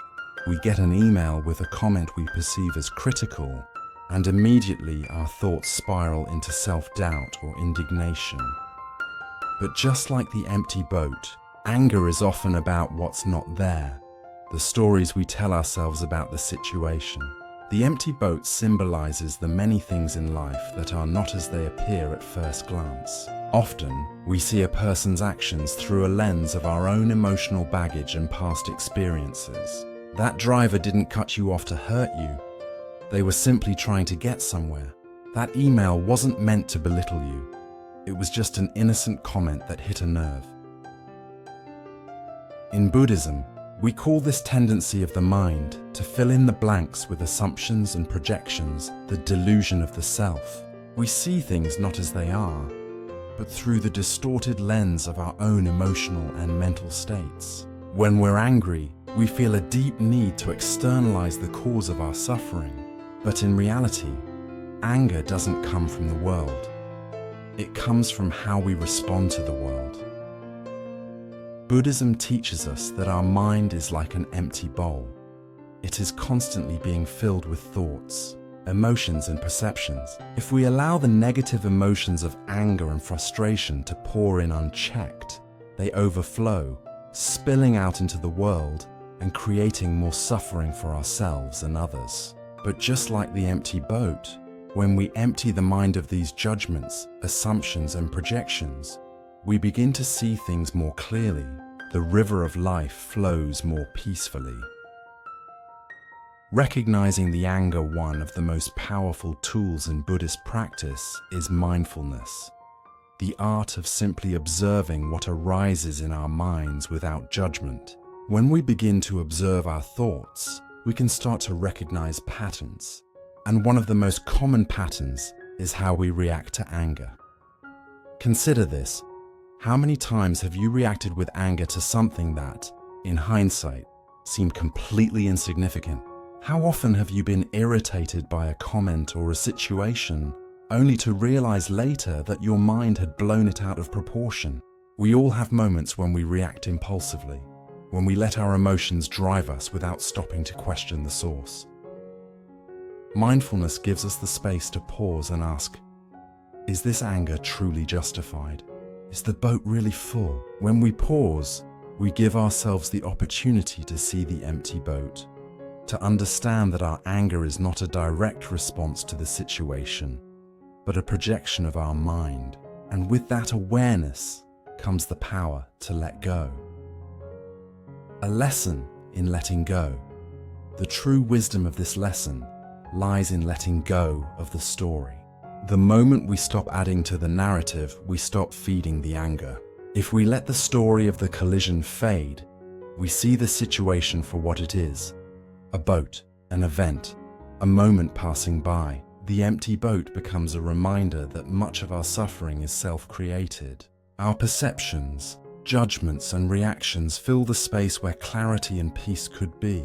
Letting go doesn't mean suppressing our anger or pretending it doesn't exist. It means recognizing that we are not the anger, we are the awareness behind it. Anger is a passing cloud, not the sky. It is the river's current, not the river itself. When we see this truth, the mind begins to settle. We can release the emotional grip and return to a place of peace. A small practice for you. Next time you find yourself angry, whether it's because of someone's actions or the world's imperfections, take a moment to pause. Close your eyes and take a deep breath. In that moment, ask yourself, is the boat really full? What if the situation isn't as personal as you've made it? What if the person who upset you wasn't out to harm you, but simply acted out of their own pain or confusion? Try this. For just a few minutes, imagine the anger as a wave in the ocean. See it rise, crest, and fall. Notice how it comes, and notice how it goes. Remind yourself that you are not the wave, You are the ocean. The more you practice this, the more you'll see how quickly the storm of anger can pass when you don't feed it. When we let go of the need to make others responsible for our feelings, we free ourselves from their grip.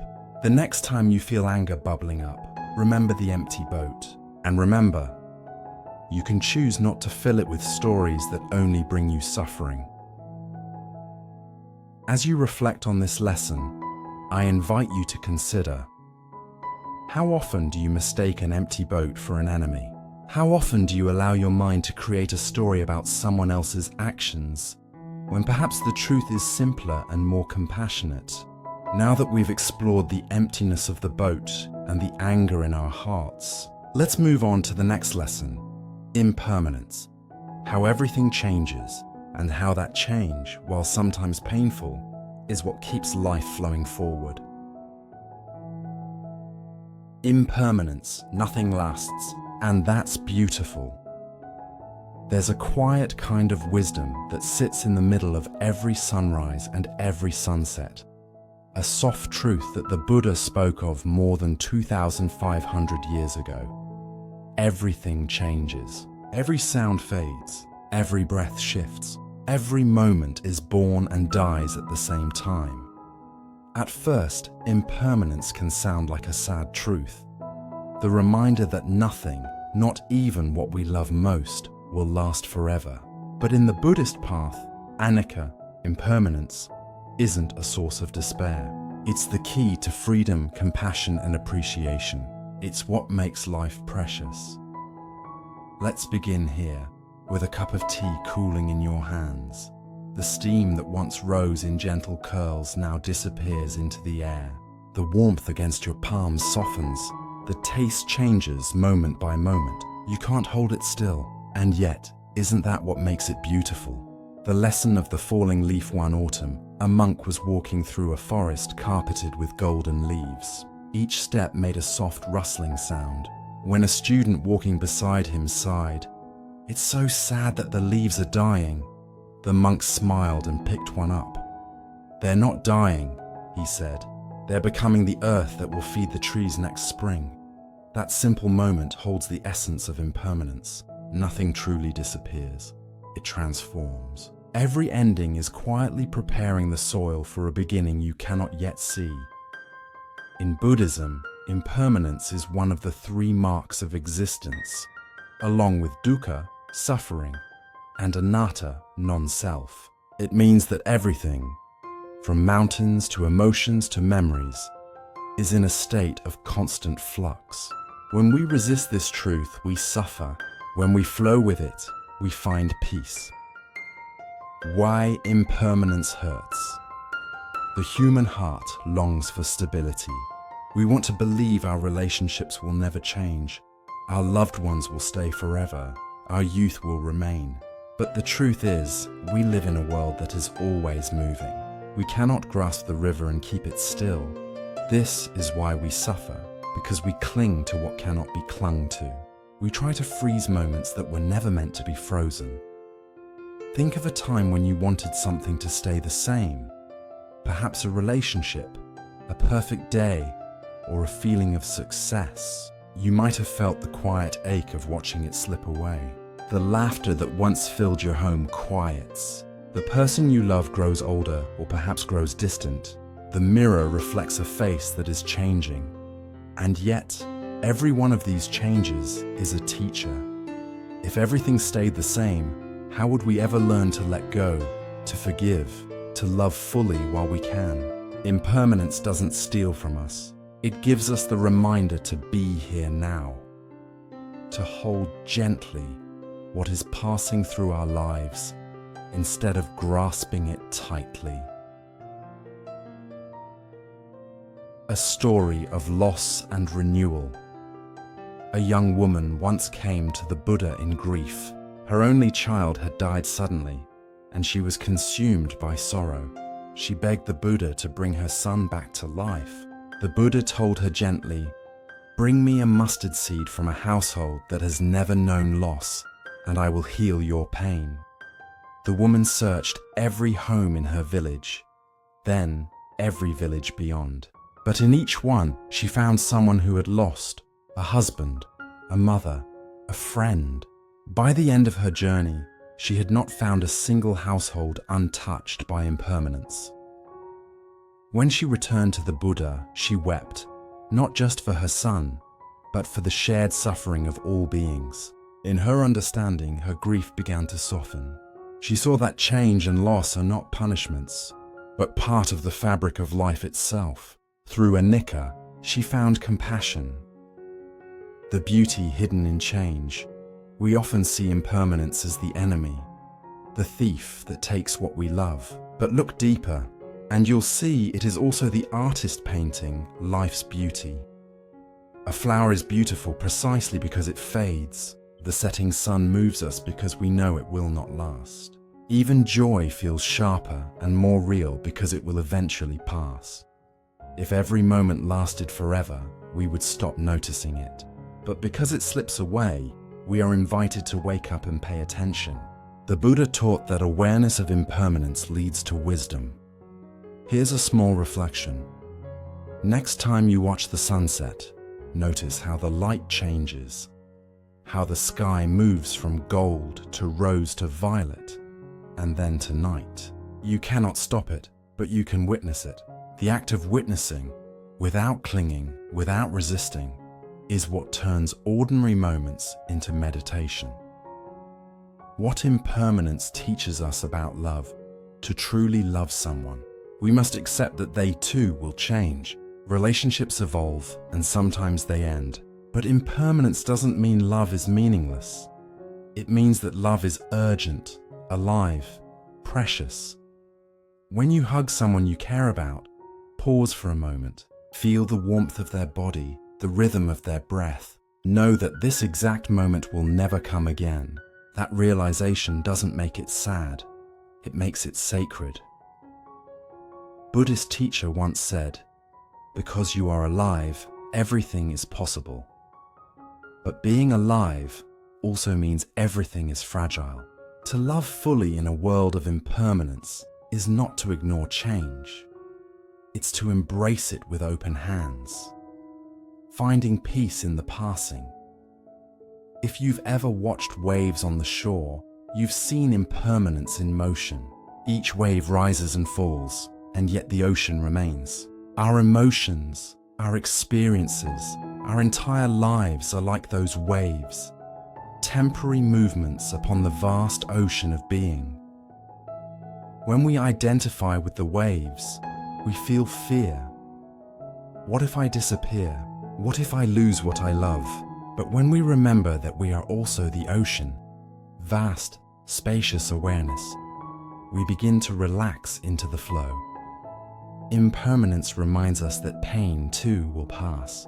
The storm will settle, the wound will heal. Nothing, not even sorrow, stays forever. The Buddha once said, "All conditioned things are impermanent." When one sees this with wisdom, one turns away from suffering. That turning away doesn't mean denying pain. It means we no longer cling to it as our identity. We see that everything arises and passes away, and that includes the hardest moments of our lives. A small practice for you. Here's a gentle way to practice impermanence in your daily life. Pause once a day, maybe while drinking your morning coffee or stepping outside to breathe the fresh air. Notice something changing. The temperature of the cup, the light shifting on the walls, the sound of the wind. Whisper to yourself, "This too is passing." This isn't a sad statement. It's a doorway to appreciation. When you remember that nothing lasts, you naturally become more present. You begin to live each moment with tenderness, because you know it will never come again. Another practice, when you feel deep sadness, instead of fighting it, sit with it gently. Observe it the way you would watch clouds moving across the sky. You may even notice that the sadness itself shifts. It has a texture, a rhythm, a life of its own, and then one day it fades. That is impermanence. That is the quiet miracle of being alive. Impermanence as liberation. Many people fear impermanence because they believe it means instability. But from a Buddhist perspective, impermanence is freedom. If things were permanent, if our pain, our mistakes, our fears never changed, how could we ever grow? Because things change, we can heal. Because things change, we can begin again. Think of a time when you believed something would break you, and yet here you are, having survived it. Maybe it was the end of a relationship, or losing someone dear, or watching a dream fall apart. That moment felt unbearable, but time moved, and so did you. Impermanence carried you forward, even when you didn't want to move. So the next time you find yourself clinging to something, a person, a moment, an identity, take a deep breath. Remember the falling leaves. Remember the cooling tea. Remember that the river of life never stops moving. And that's not a tragedy. It's the nature of everything. The gift. Hidden in every goodbye, when something ends, a friendship, a season of life, a way of being, it leaves behind an empty space. Our instinct is to fill that space quickly, to replace what was lost. But if we can stay with that emptiness for a while, something new begins to emerge. Wisdom, humility, softness. Impermanence gives us the gift of emptiness, and emptiness gives us space to grow. You can practice this by simply saying thank you when things end. Thank you for what was given, for what was learned, for what is now returning to the flow. Each goodbye, each change, each loss carries a quiet blessing, the reminder that life is happening now. The beauty of passing moments. If you look around, truly look, you'll see impermanence everywhere. The way the morning light moves across your room, the way your child's laughter changes as they grow, the way your own face tells new stories each year. All of it is fleeting. All of it is beautiful. The Buddha didn't teach impermanence to make us sad. He taught it to wake us up, to remind us that the only thing that's real is this moment. And that's where freedom lives. A gentle reflection. Take a slow breath in. Feel the air filling your lungs. Now breathe out. Feel it leave you. The breath you just took will never come again. And yet the next one will arrive. That's life. The miracle of coming and going. Again and again, when we stop clinging to what changes, we discover what never changes. The still, clear awareness that watches it all. That awareness is peace itself. As we begin to see beauty in impermanence, we start to taste a deeper kind of freedom, one that doesn't depend on holding or keeping, but on letting things flow naturally. And that flow leads us into our next lesson, a story of living fully in the present, even when life stands between birth and death, between fear and sweetness, the strawberry between two tigers. The strawberry between two tigers. There is an old Zen parable that has been told and retold for centuries. It's short, almost like a poem, but within it lies a truth so simple and profound that it can change the way you live. Not tomorrow, not next year, but this very moment. The story goes like this. A man was walking through the forest when a tiger suddenly appeared, chasing him. Terrified, he ran and ran until he reached the edge of a cliff. With the tiger still behind him, he had no choice but to climb down the cliff's side, gripping the roots of a vine that hung over the edge. But as he dangled there, catching his breath, he looked down and saw another tiger waiting below. Above him, a tiger. Below him, another. Then, in that impossible moment, the man noticed a small, ripe strawberry growing nearby, glistening in the sunlight. With one hand holding the vine, he reached out with the other, plucked the strawberry, and placed it in his mouth. It was the sweetest strawberry he had ever tasted. Between two tigers, that's the whole story.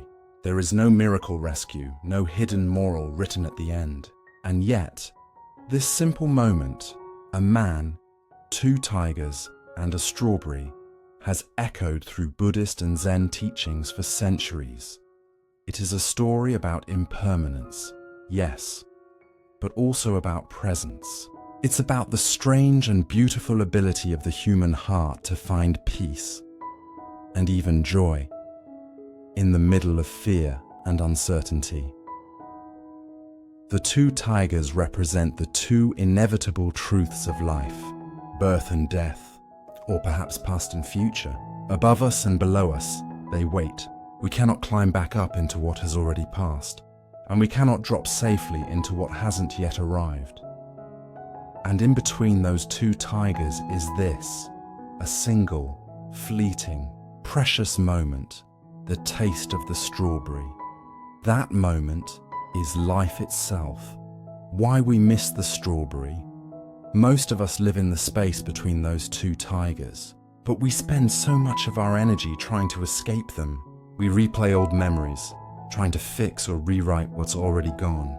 We look ahead in anxiety, trying to control what hasn't yet come. In doing so, we miss what's right here, the sweetness that's available even in the middle of uncertainty. In Buddhist teaching, this is the practice of mindfulness, being fully aware of the present moment, without judgment, without reaching or rejecting. But it's not always easy, is it? Think about the times when you've been caught between two fears, the memory of something painful behind you, and the worry of something uncertain ahead.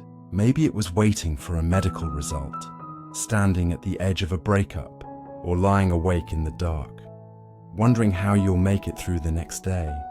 In those moments, the mind becomes wild, swinging like that vine between the two tigers. We try to predict, to control, to prepare, and in doing so, we forget to taste the strawberry. The strawberry doesn't deny the danger. It doesn't remove the fear. It simply exists. A small, beautiful moment of being alive, right here, right now. The practice of being fully alive. There's a quiet art to being fully alive. It's not about pretending that life is easy or safe. The Buddha never promised that. What he offered instead was a path to meet each moment, even the fearful ones, with awareness and compassion. Life will always have its tigers, aging, illness, loss, uncertainty, but it also offers strawberries, the soft light of morning through the curtains, the laughter of a friend, the first sip of coffee, the sound of rain on your roof. When we spend our days chasing after what's next, or mourning what's lost, we walk past these simple miracles. In Buddhism, the middle way teaches us not to cling to pleasure or run from pain, but to live in balance, to meet life as it is. The man in the story wasn't in denial.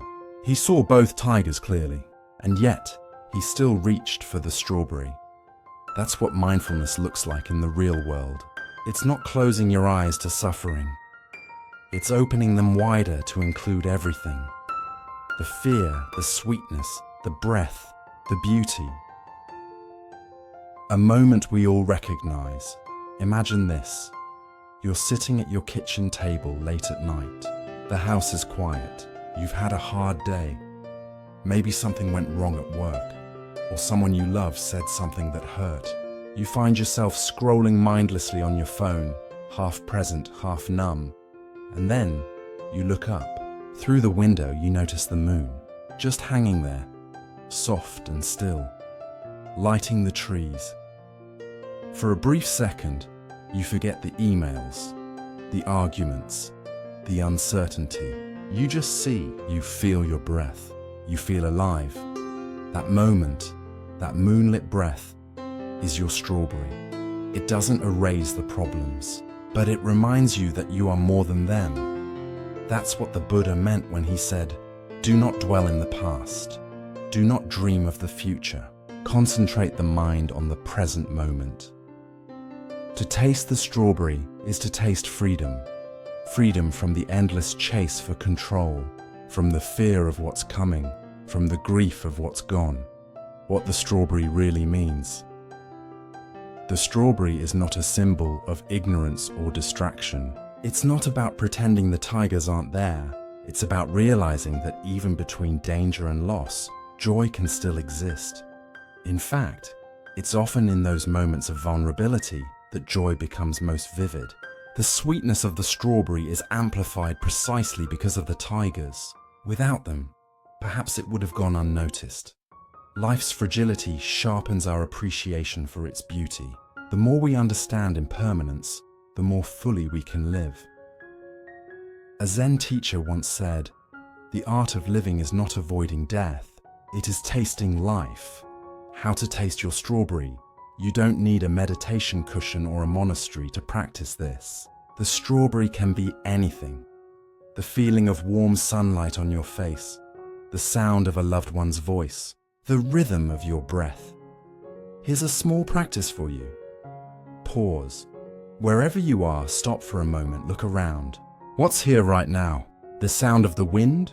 The hum of the refrigerator? The gentle rise and fall of your chest? Acknowledge your tigers. Maybe they are your worries about the future, your regrets from the past. Don't push them away, just notice them. Find your strawberry. What is one small thing that is good, real, and alive in this moment? Savor it. Take a deep breath. Feel the sweetness of being alive, even amidst uncertainty. That's the whole practice. No incense, no chanting, just awareness, presence, and gratitude. Each time you do this, you strengthen your ability to live in the now. You train the mind to rest, not in what was or what might be, but in what is. When life feels overwhelming, there will be days when the tigers feel too close, when fear or grief fills your chest so tightly you can barely breathe. In those moments, tasting the strawberry might feel impossible. That's okay. The practice isn't about forcing joy. It's about remembering that even in the darkest moments, life is still happening, breath by breath, heartbeat by heartbeat. Sometimes the strawberry is simply this, realizing that you're still here, that you can still breathe. Even in suffering, there is presence. Even in pain, there is awareness. And that awareness, that quiet, knowing that witnesses everything, is what the Buddha called the unshakable peace within. When you touch that space, even for a second, the tigers lose some of their power. You realize they too are part of the dance, fierce but fleeting, just like everything else. A story from everyday life. A friend once told me about a time when she was sitting beside her father's hospital bed, holding his hand as he slept. The machines beeped softly. The air was heavy with the awareness that time was running out. She said she looked down at their hands, his old, hers young, and for a moment, she stopped thinking about what would happen next. She noticed the warmth of his skin, the faint rhythm of his breathing, the light slanting across the room. And in that stillness, she felt both grief and gratitude intertwined like threads of the same cloth. She told me later, that moment was both the hardest and the most beautiful of my life. That's the strawberry. It doesn't deny the sorrow, it transforms it into presence. Living between the tigers, we are all hanging on that vine, every one of us. Above us, the past. Below us, the future. Around us, the tigers of uncertainty. And still, the strawberry grows. The gift of this story is not in avoiding the tigers, but in realizing that the sweetness of life is always within reach. It's there in the small, unguarded moments, in laughter, in tears, in breath. When we stop running from fear and stop clinging to what we can't keep, we make space to experience the miracle that's been here all along. A reflection. Close your eyes for a moment. Feel the air touching your skin. Notice the rhythm of your breath. Somewhere in this moment, there is a strawberry. Something simple and beautiful that's here only now. Can you taste it? Maybe it's the sound of someone you love laughing in another room. Maybe it's the quiet of your own heartbeat. Maybe it's the realization that despite everything, you are alive in this breath, this heartbeat, this second. That's it. That's the sweetness. That's life. When you learn to taste the strawberry, even with the tigers watching, you discover a new kind of courage. The courage to live fully, without waiting for perfect conditions. And as we continue on this path of mindfulness and acceptance, our next lesson deepens this practice of courage. It's about learning not just to accept the heat of life's challenges, but to find stillness and grace within them. When heat comes, heat kills, acceptance beyond control. There's a saying in Zen that goes, when heat comes, heat kills. When cold comes, cold kills. At first it sounds mysterious, almost harsh, but if you sit with it for a while, you begin to feel its quiet wisdom. It's not a statement about destruction, but about acceptance, about meeting each moment fully, exactly as it is, without resistance. This lesson is about what happens when we stop trying to fight reality, when we stop struggling to make things other than what they already are. It's about discovering peace not because life is easy, but because we finally stop pushing against what we can't control. The heat of life. Think of the last time you felt overwhelmed. Maybe your plans fell apart, a friend disappointed you, or your body felt tired in a way that no rest could fix. That's the heat. Heat comes in many forms: frustration, anger, heartbreak, uncertainty, grief. It's the uncomfortable, the unwanted, the moments when life doesn't match the picture we painted in our minds. Most of us react to heat by resisting it. We say things like, "I shouldn't feel this way," or "Why is this happening to me?" We fight reality as if our resistance could cool the air. But in truth, the more we fight, the hotter it gets.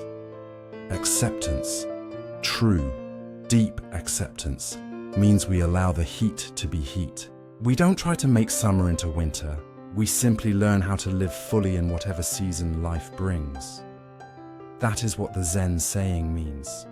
When heat comes, heat kills. When you are in the heat, be the heat. Don't fight it. Don't deny it.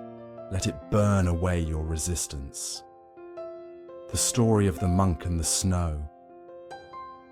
There's a story told about a Zen monk who lived alone in a mountain temple. One winter, a young student came to visit. It was freezing, snow piled high around the monastery. The student complained constantly about the cold. His toes were numb, his breath misted in the air. But the old monk seemed serene, even joyful, as he went about his daily chores. Finally, the student asked, "Master, aren't you cold?" The monk smiled and said, "Yes, I am cold, but this cold is exactly what it is.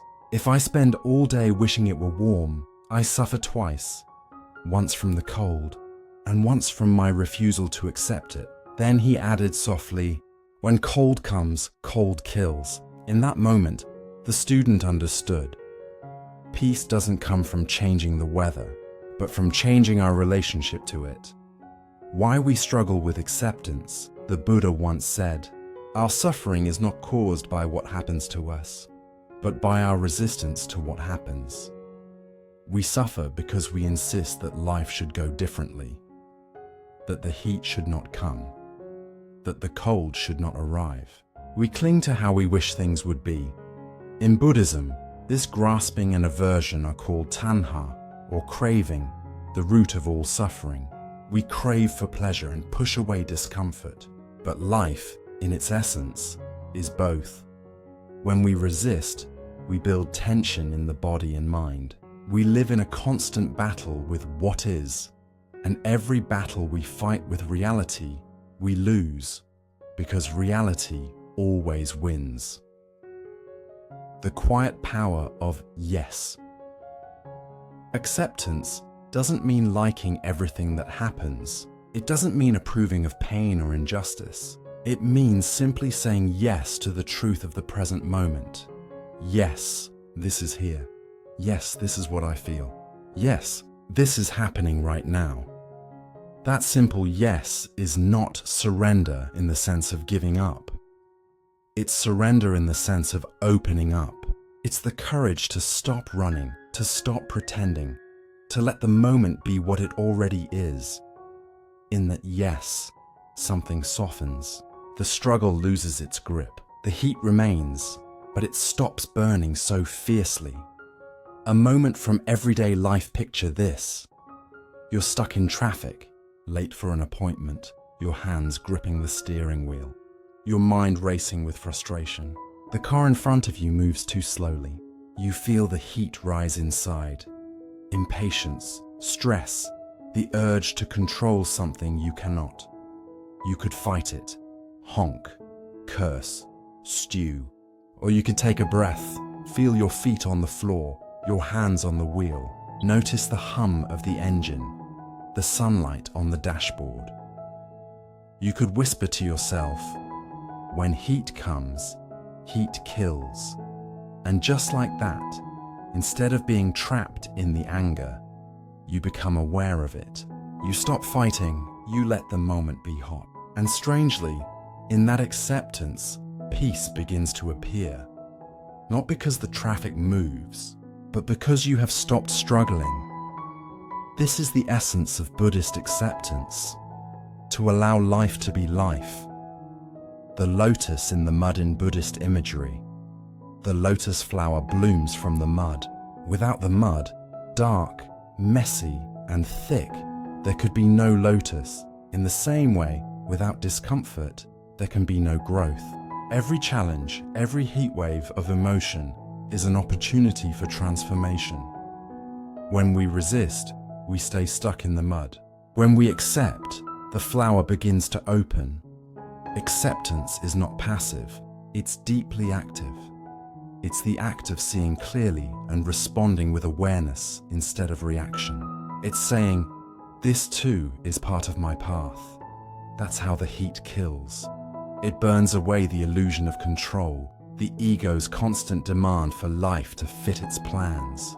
And what remains once the fire passes is the clear, still space of wisdom. When acceptance feels impossible, of course, there are moments when acceptance feels beyond reach. When the pain is too raw, the loss too deep. When life asks you to accept something you cannot bear. In those moments, the practice is not to force acceptance, but to hold your resistance with kindness. Say to yourself, right now, I can't accept this, and that's okay. Even that honesty is a form of acceptance. You are acknowledging what's true in this moment without pretending to be peaceful. The Buddha's teaching of metta, loving kindness, begins here, with compassion for your own struggle. Acceptance grows naturally when it's nurtured by compassion. A small practice, the pause of allowing. Here's a gentle practice for when life feels too hot to handle. Pause. When you notice tension, anger, or stress, stop for just a few seconds. Feel. Where in your body do you feel the heat? In your chest? Your shoulders? Your breath? Allow. Don't try to fix it. Don't analyze it. Just whisper inwardly. This too. Breathe. Let each breath be a cool breeze moving through the heat. Soften. Notice how the body begins to loosen, how the moment begins to expand. Acceptance is not something you do. It's something that unfolds when you stop fighting. Desire. The endless chase. For what isn't here?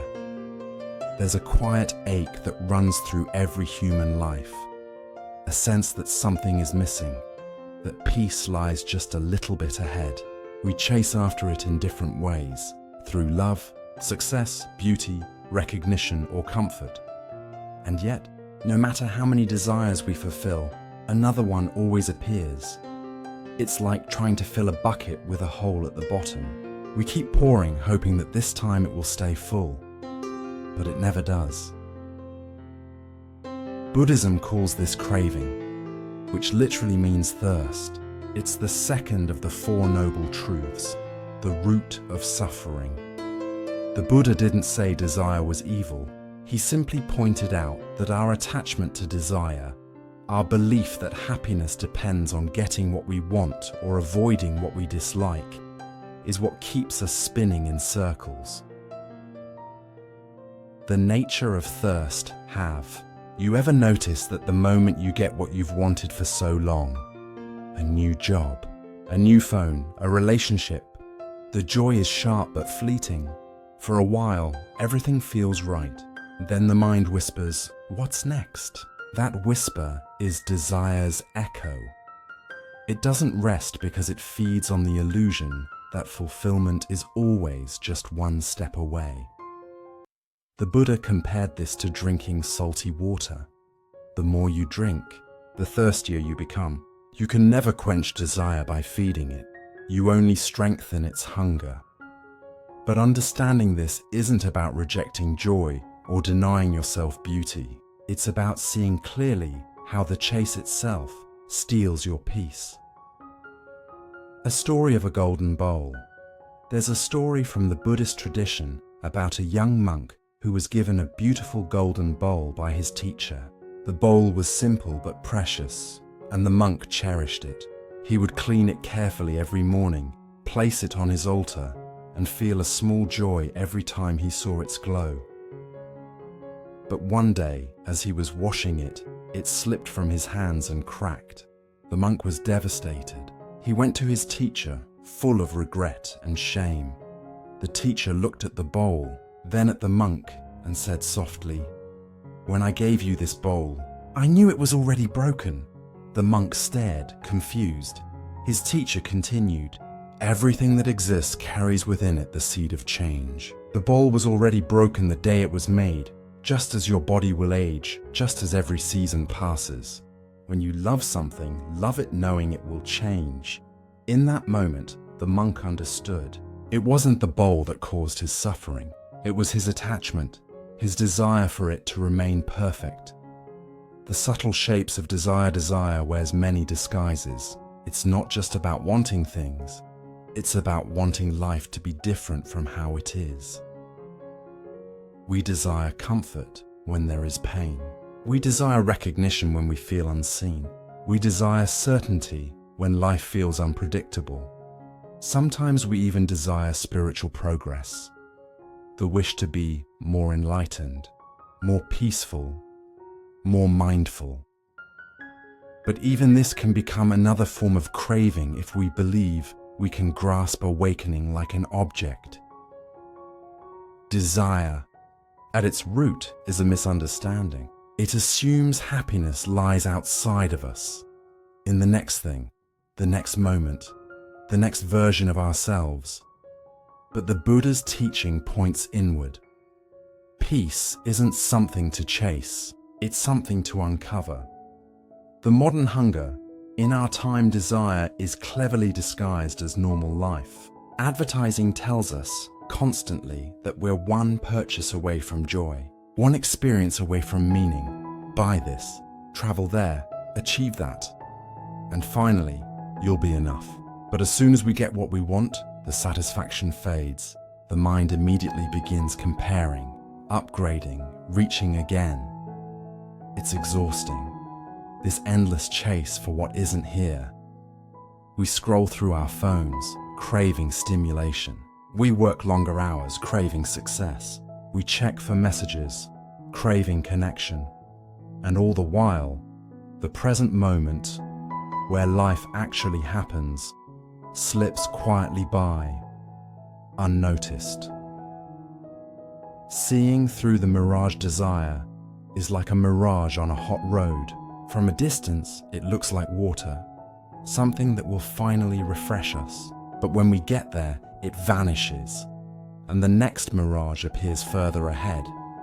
The problem isn't that we see the mirage, it's that we believe it's real. When the Buddha taught about desire, he didn't tell his followers to destroy it. He invited them to see it clearly, to understand its nature. When you truly see desire for what it is, a thought, a wave of energy passing through, it begins to lose its power. The wanting still arises, but you no longer mistake it for truth. You can look at the shiny car, the perfect photo, the idea of success, and simply smile. Ah, desire, I see you. That gentle awareness, not repression, not indulgence, is the path to freedom. A simple moment of awareness. Let's bring this closer to home. Imagine you're craving something, maybe your favorite dessert. You picture it, smell it, feel your mouth water. Pause for a moment before reaching for it. Notice how desire feels in your body, the flutter in your chest, the tension in your belly, the restless urge to do something. Now ask yourself, what am I really wanting right now? Is it the taste of sweetness? Or is it comfort, reward, escape from boredom? Often, desire points to something deeper. A need for ease, connection, or reassurance. When we see that clearly, the craving begins to soften, and sometimes you might still eat the dessert. But now you're aware, present, at peace. You're not chasing, you're choosing. Desire and contentment. There's a line from the Buddha's teachings that says, "Contentment is the greatest wealth." To be content doesn't mean we stop caring or stop dreaming. It means we no longer tie our peace to the fulfillment of our desires. When we live from contentment, we can still work hard, love deeply, and pursue goals, but without the desperate undercurrent of, "I need this to be happy." Contentment is quiet joy, free from condition. It's sipping tea and tasting it fully. It's walking slowly without needing to arrive anywhere. It's the gentle understanding that what we have right now, this breath, this moment, is enough. Desire in relationships. Desire shows up most powerfully in love. We crave affection, understanding, and closeness. But often we confuse love with attachment. Attachment says, "I need you to make me happy." Love says, "I wish you happiness, even when it's not with me." When desire governs our relationships, we suffer because people, like everything, are impermanent. They change, they come and go. But when we love with awareness, we free both ourselves and the other person. We no longer cling, we connect. We no longer grasp, we give. This doesn't make love weaker. It makes it deeper, more alive. A story from everyday life. I once knew a woman who spent years chasing her dream job. She believed that once she got it, everything would fall into place. Her confidence, her peace, her sense of purpose. When she finally achieved it, she felt incredible joy for a few weeks. But soon, the same restlessness returned. She began thinking about the next promotion, the next level, the next challenge. One day, she told me quietly, "I think I've been chasing happiness like a shadow. Every time I reach it, it moves." That realization didn't make her quit her job. It made her change how she lived it. She began focusing less on outcomes and more on the process, the daily rhythm, the small moments of connection, the satisfaction of doing good work. She stopped chasing happiness and started living it. That's the shift Buddhism invites. From craving to clarity, from reaching to resting. A practice, the pause between wanting and acting. Here's a small practice to explore desire in your own life. Notice the craving. It might be for food, attention, validation, or control. Don't judge it, just notice. Pause before acting. Take one slow breath, ask, what am I really seeking? Often, behind every desire is a wish for peace, safety, or love. Decide consciously. Sometimes you'll choose to fulfill the desire, and that's okay. Other times, you'll find you don't need to. The goal isn't to suppress wanting, but to see through it, to act from awareness, not from compulsion.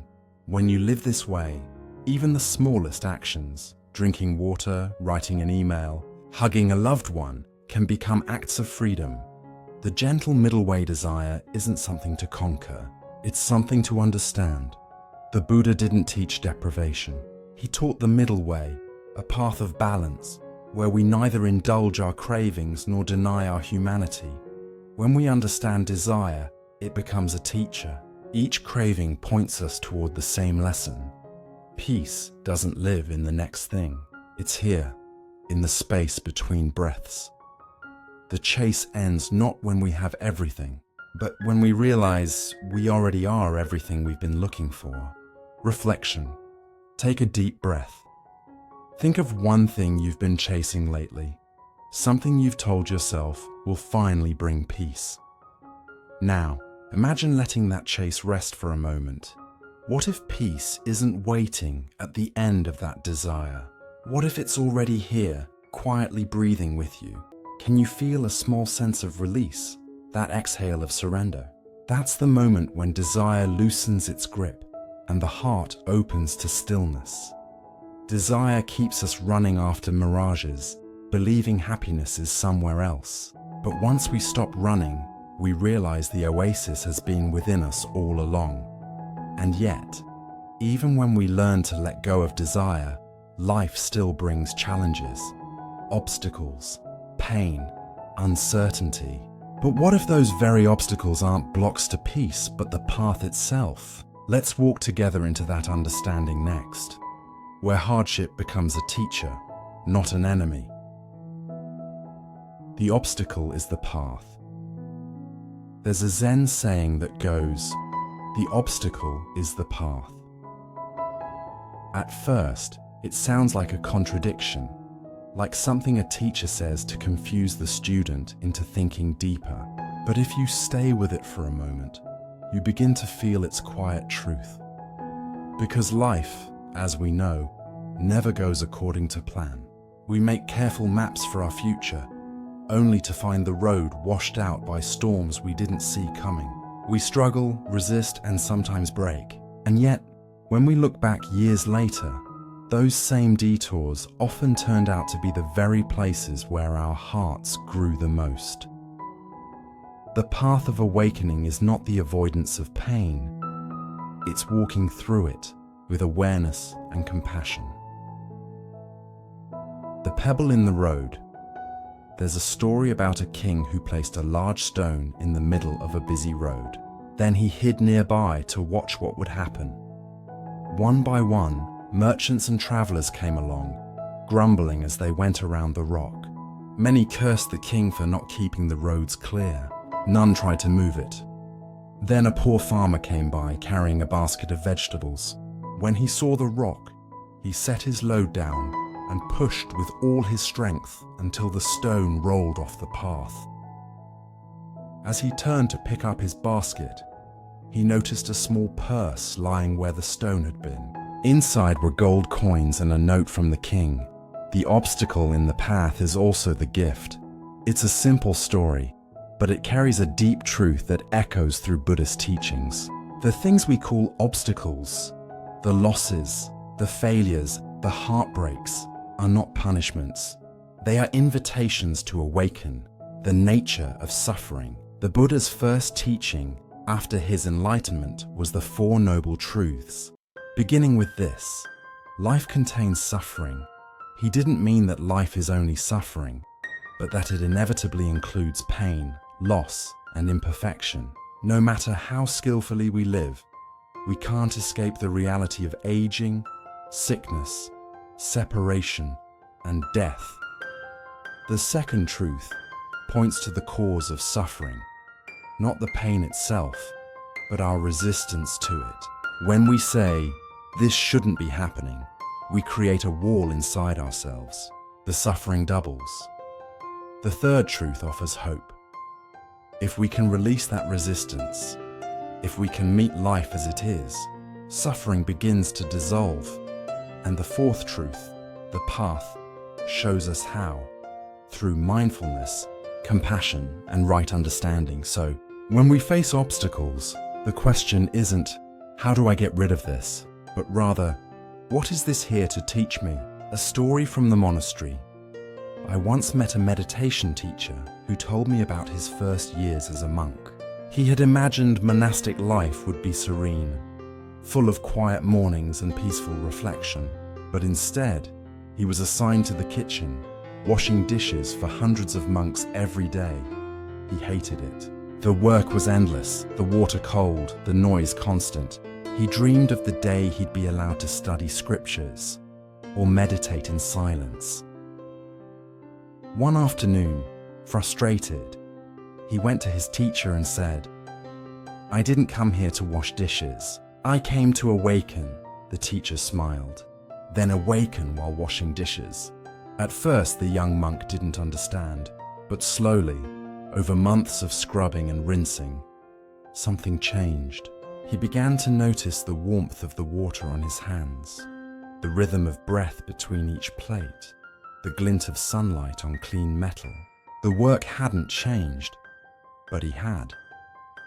Years later, he would say that those long days in the kitchen were his true teacher. The obstacle, the thing he resisted, became the doorway to mindfulness, humility, and joy. The hidden gate of pain Buddhism teaches that every difficult emotion, anger, fear, grief, shame, carries within it a gate. If we can stay present with it instead of pushing it away, that gate opens to understanding. When we resist pain, we build a wall. But when we turn toward it with compassion, the wall becomes a doorway. Think of it like this. When you burn your hand, the pain draws your attention to what needs care. Emotional pain works the same way. It's not a punishment, it's a signal, calling you home to yourself. The Buddha compared the process of transformation to a lotus flower. It blooms beautifully, but only in muddy water. Without the mud, there's no lotus. Without our challenges, there's no awakening.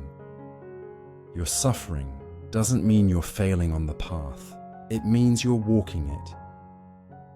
A familiar example, the weight of loss. Imagine someone you love deeply. A partner, a parent, a friend.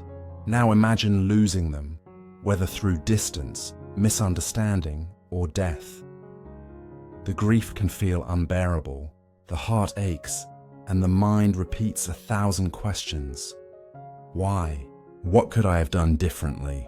But beneath the pain lies love, pure, unfiltered love. If you stay with that love, without the clinging or the story of loss, it becomes a mirror of your own capacity to care, to feel, to connect. That's what Buddhist compassion grows from, not from avoiding sorrow, but from opening fully to it. Loss, in that way, becomes sacred ground. The heart breaks, but the breaking itself lets light in. Turning the mirror inward. We often wish life was smoother, easier, more predictable. But if we're honest, the moments that truly shaped us weren't easy ones. They were the moments when we were tested, when we didn't get what we wanted, when we were forced to let go, when everything fell apart. It's in those cracks that wisdom seeps through. The Buddha once said, "As a smith purifies silver by removing its impurities, so too does the wise one remove defilements by repeated effort." Every obstacle burns away something unnecessary, an illusion, an attachment, a layer of ego. It's not always comfortable, but it's profoundly healing. You don't need to seek pain, but when it comes, as it always does, you can meet it as a teacher rather than an enemy. A small practice. Meeting difficulty with curiosity when something difficult arises. An argument, a disappointment, a fear. Pause for a moment before reacting. Take one conscious breath. Then ask gently, what is this moment asking me to see? What can I learn from this right now? Where is the growth hiding in this discomfort? Even asking the question begins to transform the energy. You move from resistance to awareness, from why me to what is this teaching me? Sometimes the lesson will be patience, sometimes compassion, Sometimes the simple truth that you cannot control everything, and that's okay. This small shift changes everything, because when you stop fighting the obstacle, you start walking the path. The obstacle and karma, from a Buddhist lens, challenges are not random misfortunes. They're the unfolding of karma, not as punishment, but as the natural consequence of causes and conditions. Karma means action, and each obstacle invites a new action, a new response. How we meet difficulty determines whether it becomes bondage or liberation. When we meet pain with awareness, we plant seeds of wisdom. When we meet it with bitterness, we plant seeds of more suffering. So, every obstacle is both mirror and seed. It shows us our habits, and it offers the chance to grow beyond them. The story of the pearl. There's a saying in Zen, no mud, no lotus, but there's another image, just as powerful, the making of a pearl. A pearl begins as irritation, a grain of sand that gets inside the shell of an oyster. It's painful. The oyster cannot expel it, so it begins to coat it with layers of nacre slowly, patiently, transforming the source of pain into something luminous. Without that irritation, there would be no pearl. Likewise, your difficulties are shaping you, coating your sharp edges with wisdom, patience, and grace. The process takes time, and it isn't always pretty, but beneath the surface, something beautiful is forming. The grace of letting be sometimes the obstacle is not something we can fix or overcome. It might be a chronic illness, a loss that won't be undone, or a limitation we must learn to live with. In those moments, the obstacle is the path, means surrender, not giving up, but giving in to the flow of what is. You stop trying to control the river and start trusting it. This surrender is not weakness, it's wisdom. The understanding that peace doesn't depend on perfect conditions. It comes from being fully present, even in imperfection. A reflection, the gift. Beneath the struggle, think of a time in your life that felt unbearable. A heartbreak, a failure, a moment of deep fear. Now look at who you are because of it. What did you learn? What strength, compassion, or understanding grew from that soil? You might not have chosen that pain, but it shaped you in ways comfort never could. When you see that clearly, gratitude begins to bloom where sorrow once stood. The obstacle doesn't disappear, but it no longer feels like an enemy. It becomes part of the path, walking beside you, whispering, "This too is the way." The path continues. The Buddha's life was filled with obstacles, rejection, loss, misunderstanding, yet he met each one with calm awareness. He didn't seek comfort, he sought truth. And the truth he discovered is that awakening isn't somewhere far beyond the mountain of our struggles. It's right here, in how we meet each step along the way. When you understand that the obstacle is the path, life softens. Every challenge becomes a doorway, every failure a teacher, every loss a reminder of the preciousness of now. You begin to walk lighter, not because the road is smoother, but because you've learned to walk with peace in your heart. The path of awakening doesn't ask us to avoid suffering. It asks us to transform it. And the force that transforms suffering most deeply is compassion. The ability to see our pain mirrored in others, and to respond with kindness rather than fear. Let's walk there next, into the open, fearless heart of compassion. Compassion, when your heart sees no separation. There is a quiet strength in the word compassion. It's not loud or heroic. It doesn't demand to be noticed. It moves gently, like a soft current beneath the surface of life, connecting everything. In Buddhism, compassion is not just a moral virtue, it's the very expression of awakening. When we see reality clearly, When the illusion of separation fades, compassion naturally flows. It's not something we try to create.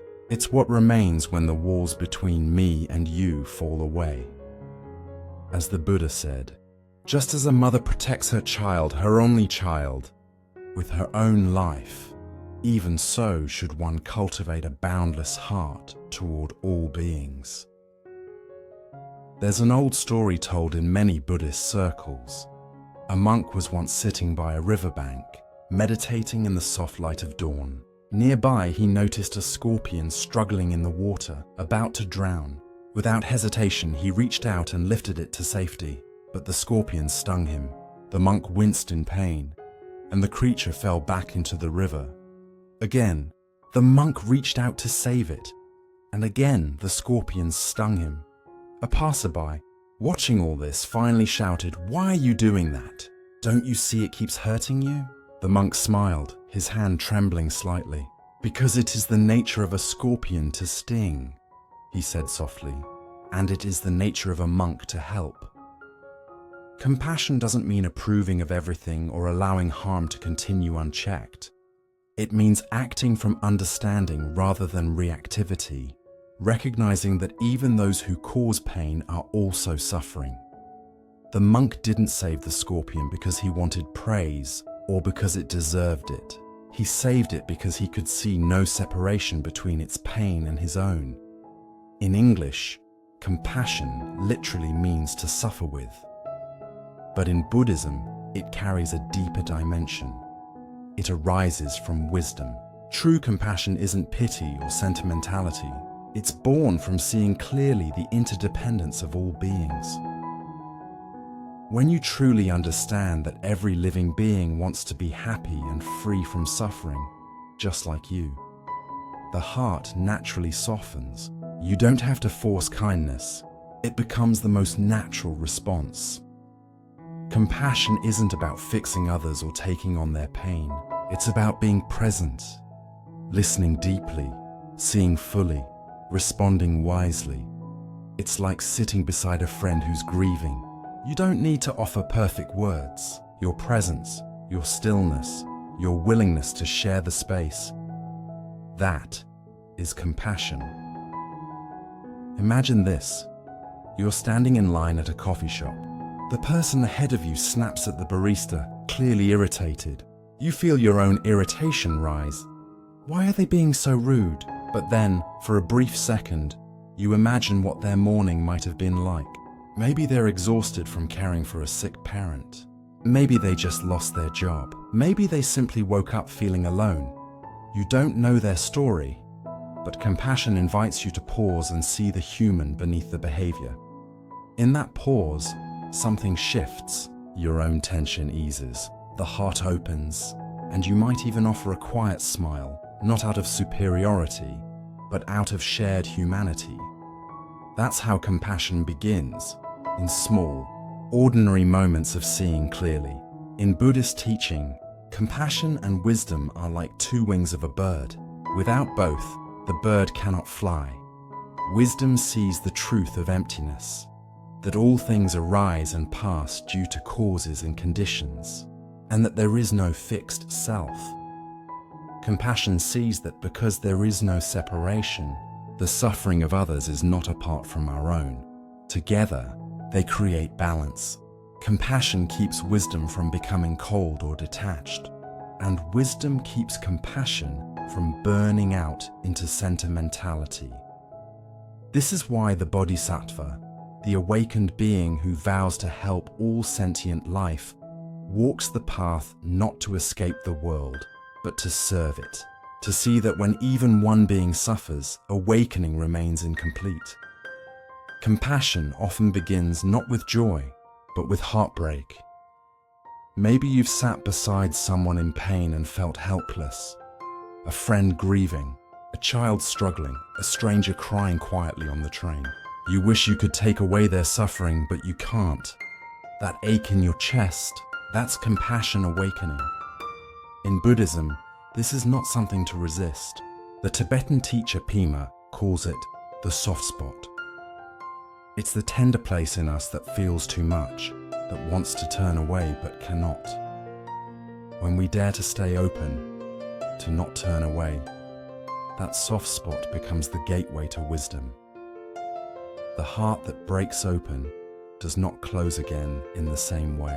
It becomes vast, able to hold both joy and pain, both birth and death. That's what the Buddha meant when he said, "Seeing others as yourself, you will harm no one." There was once a nurse who worked in a hospice, a quiet place where people came to die. She told a story of a patient who was angry all the time, snapping at everyone, refusing comfort. At first, she found herself avoiding his room. It was easier to care for those who were kind, but something inside her, maybe compassion, urged her to stay. One evening, she sat beside him silently. He finally said, "I'm scared." It was the first honest thing he'd said in weeks. She didn't try to reassure him or fix it. She just listened. After that, he softened. His anger didn't vanish, but it no longer filled the room. He began to say thank you when she brought his meals. That's compassion, not a grand act, but a quiet presence that transforms the space around it. In Buddhist meditation, one of the simplest and most powerful practices is metta bhavana, the cultivation of loving kindness. You begin with yourself. May I be safe. May I be peaceful. May I be free from suffering. Then you extend it outward. May you be safe. May you be peaceful. May you be free from suffering. Then to someone you love. Then to someone neutral. Then to someone difficult. And finally, to all beings everywhere. It's a gentle expansion of the heart, dissolving the boundaries we unconsciously build. The practice doesn't make you sentimental or weak. It makes you vast, capable of seeing the full tapestry of life, where everyone is doing the best they can within their understanding. And from that seeing, wisdom acts naturally. Sometimes compassion is a soft word. Sometimes it's firm boundaries. Sometimes it's simply letting go. Many people find it easier to feel compassion for others than for themselves. But the Buddha taught that true compassion must begin with you. You cannot pour from an empty cup. When you judge yourself harshly, when you push through pain without care, you reinforce the same illusion that your suffering is somehow separate or less deserving. Self-compassion doesn't mean self-indulgence. It means meeting your own humanity with kindness. Try saying to yourself, in moments of struggle, this is a moment of suffering. Suffering is part of being human. May I give myself the compassion I need. This simple acknowledgement turns pain into connection, not isolation. There's a misconception that compassion is soft, that it makes you vulnerable or naive.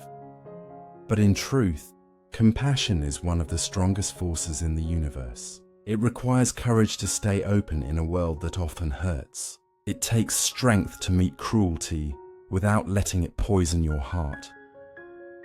When the Buddha met the man Angulimala, a murderer feared by all, he didn't respond with fear or anger. He simply stood in compassion. And in that stillness, Angulimala's heart broke open. He renounced violence and became a monk. That is the power of compassion. It disarms without fighting. It doesn't mean condoning harm. It means refusing to let hatred define you. A reflection. Exercise. Take a few quiet moments today to reflect. Think of someone who has caused you pain, even a small hurt. Notice what emotions arise. Then, softly remind yourself, this person too seeks happiness. This person too suffers and struggles. May they find peace. You don't have to force forgiveness or pretend the hurt didn't happen. Just touch, for a moment, the understanding that their behavior came from pain. This simple act doesn't excuse harm. It liberates you from carrying its weight. Compassion works like ripples on a still pond. One kind act, One moment of patience, one breath of understanding can spread in ways you'll never see. The Buddha once said, "If your compassion does not include yourself, it is incomplete." But he also reminded us that every compassionate act, no matter how small, benefits countless beings, because all life is interwoven. Your compassion for a single person might ease their day. That ease might ripple into their next conversation, and so on, until it touches people you'll never meet. In that sense, compassion is not a single action. It's a field that keeps expanding. The goal of compassion is not to feel for others, but to see through the illusion of otherness.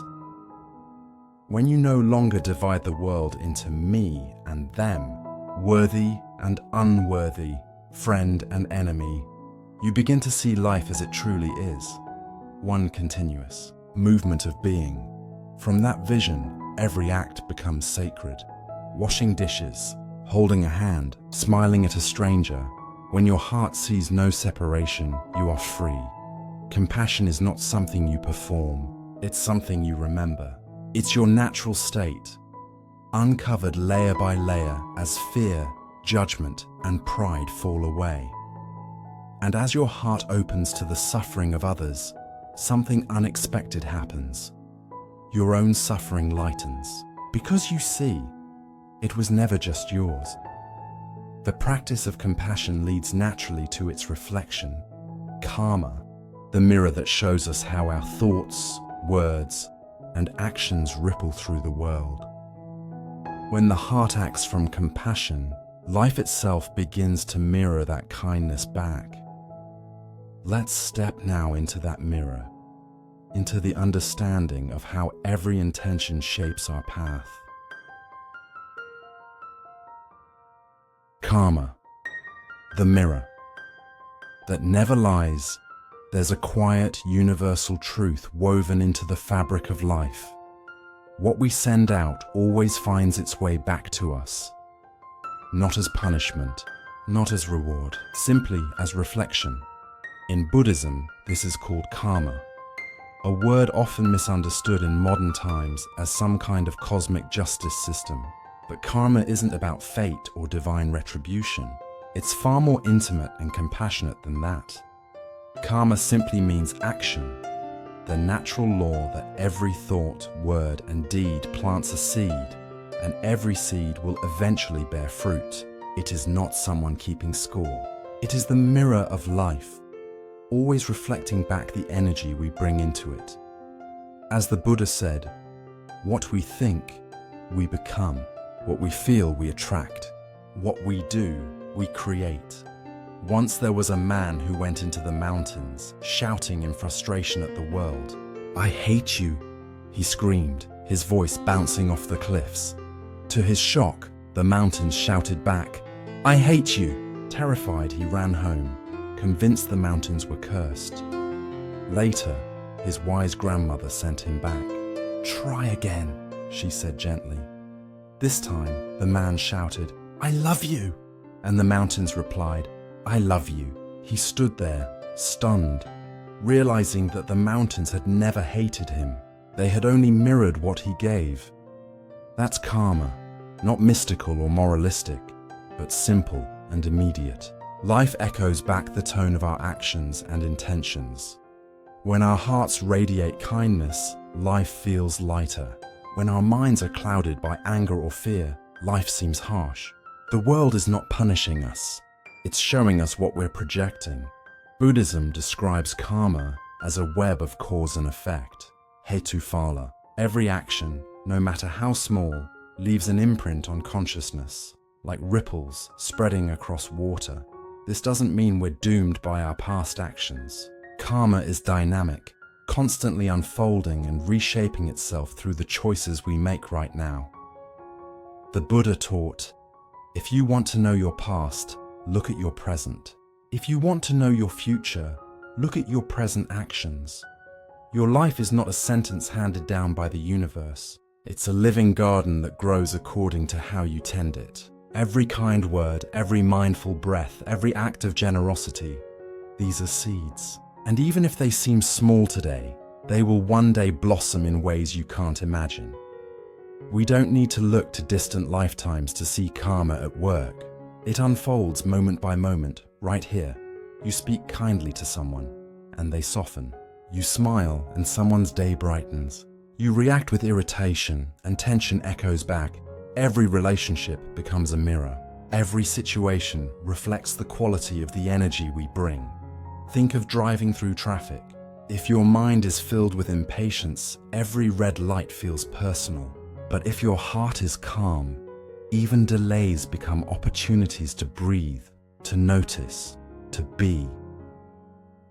Nothing outside changed, only your inner state did. And suddenly, the world mirrored peace instead of resistance. That's the living truth of karma.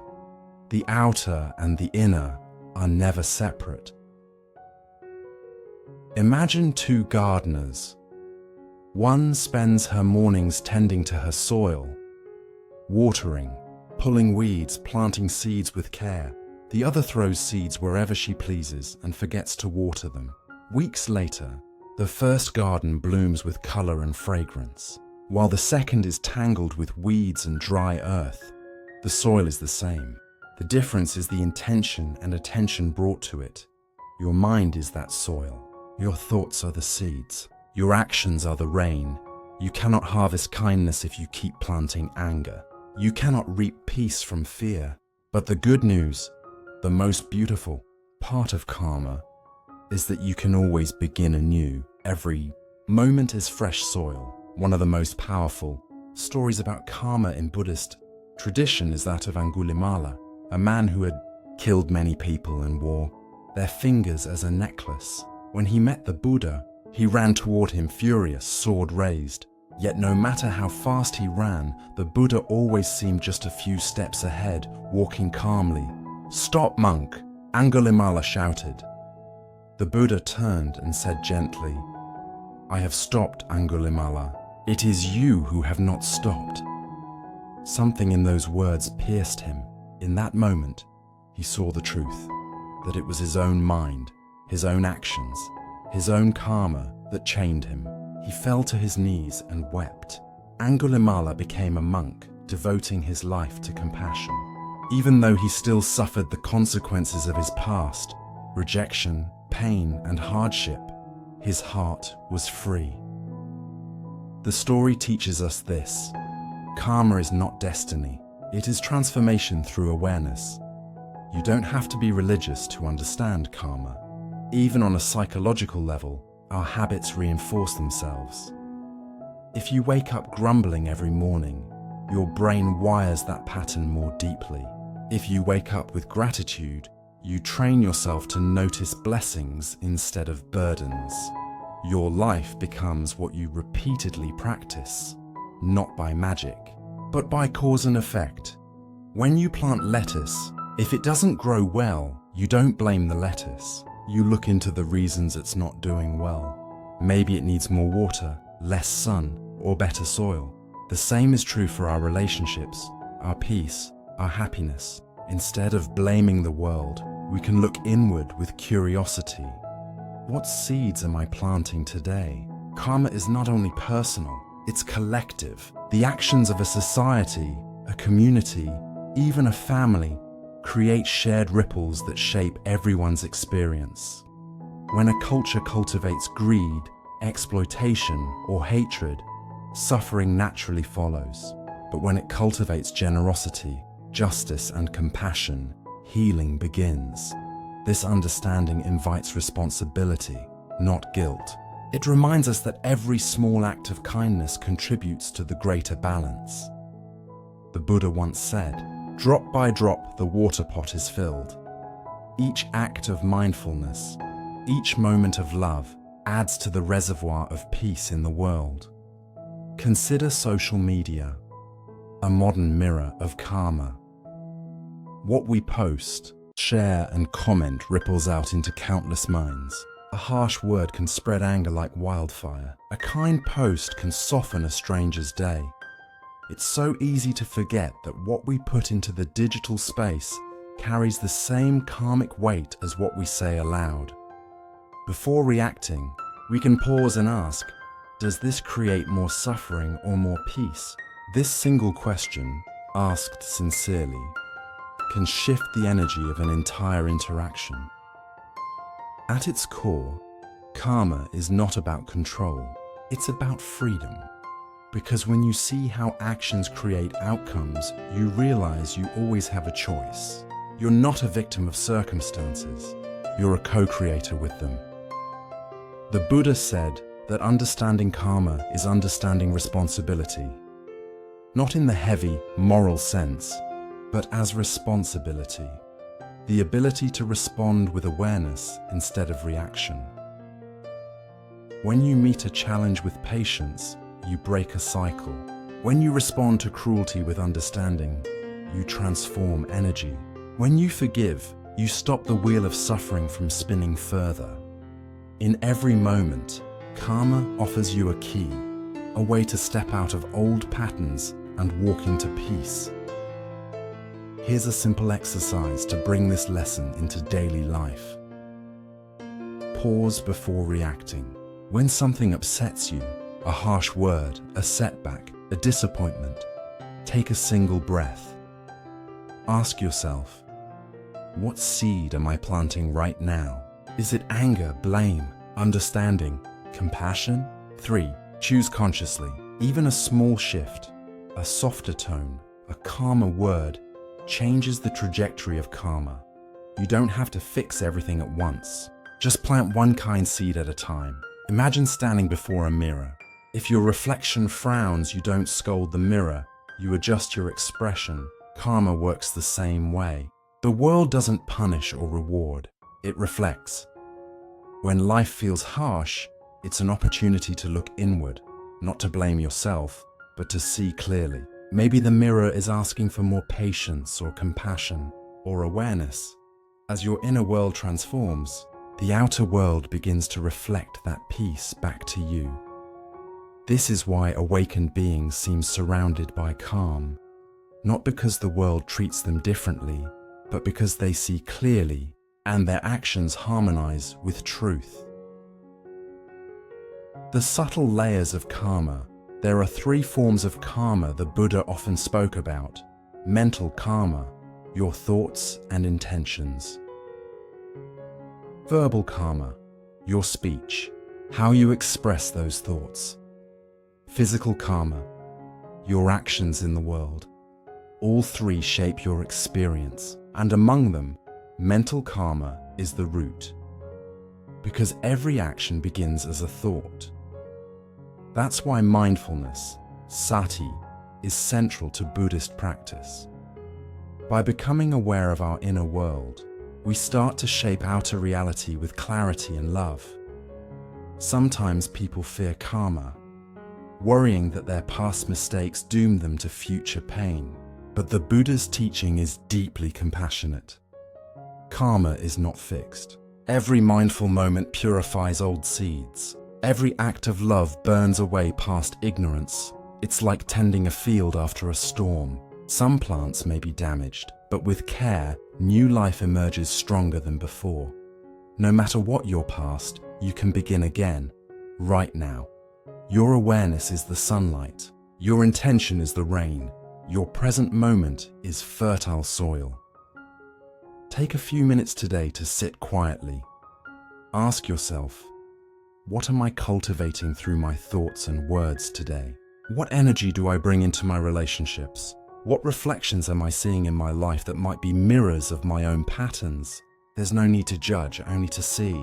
Because when you see clearly, transformation happens naturally. The mirror never lies, but it also never condemns. It simply reflects and invites you to grow. Imagine a world where more people understood karma, not as superstition, but as mindfulness in motion. Where every conversation carried awareness, every action was infused with kindness, and every intention was chosen with care. That's not a dream. It begins with one person, you. Planting one seed at a time, peace in oneself, peace in the world. Each thought, each breath, each act of love ripples outward infinitely. That is karma, the mirror of awakening. When you understand karma deeply, fear fades. You stop asking, why is this happening to me? And start seeing, this is what I've created, and I can create differently. The mirror shows not punishment, but potential, and when you act with awareness, life begins to shine with quiet harmony, the reflection of a peaceful heart. When we see karma clearly, compassion naturally deepens, because we realize everyone is living out their own patterns, their own echoes, their own seeds. From that understanding arises forgiveness, gentleness, and humility. The ability to let go of the self that clings to control. That is where the next lesson leads us, to the freedom beyond identity, beyond story, the quiet liberation of letting go of the self. Lesson 16. Letting go of the self. Who are you without the story? Have you ever paused and asked yourself, who am I really?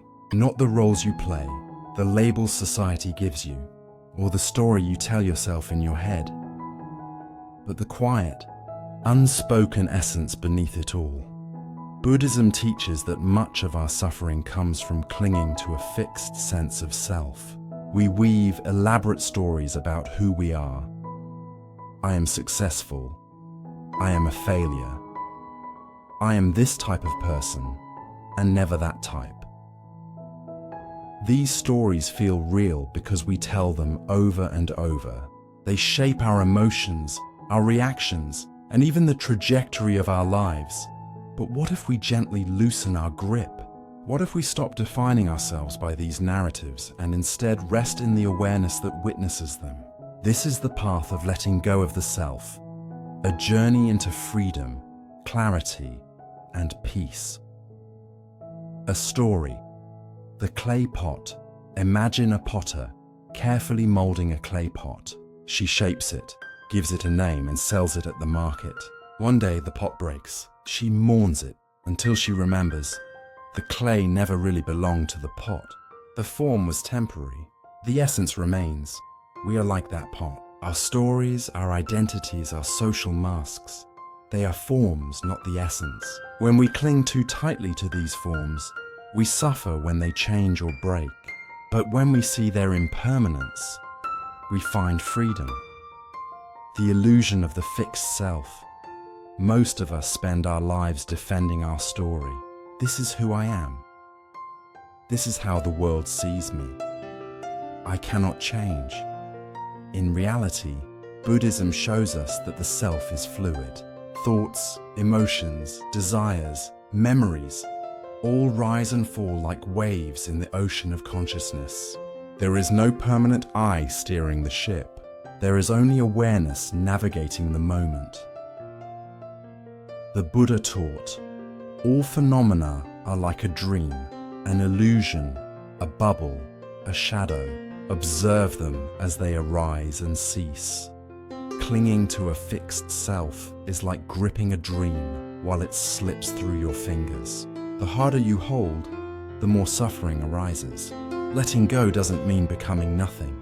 It means seeing clearly that you are more than your story, more than your roles, more than your fears. Everyday life. Example. The job loss.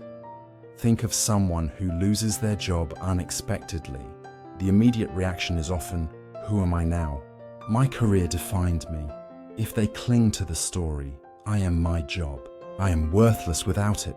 Anxiety and despair deepen. But if they pause and recognize, this is a role, not my essence, they can breathe, adapt, and rediscover themselves. They may even find new opportunities that align with their deeper purpose. The self is not what happens to us. It is the awareness that witnesses what happens. Why letting go? Heals. When we release the attachment to the self, we release suffering. Why? Because much of our anxiety, shame, and fear comes from the need to protect our identity. I must be successful. I must be loved. I must be in control. These are all stories, and stories are fragile. But awareness is resilient. Awareness observes success and failure alike, without being shaken. Letting go of the self allows us to stop fighting reality.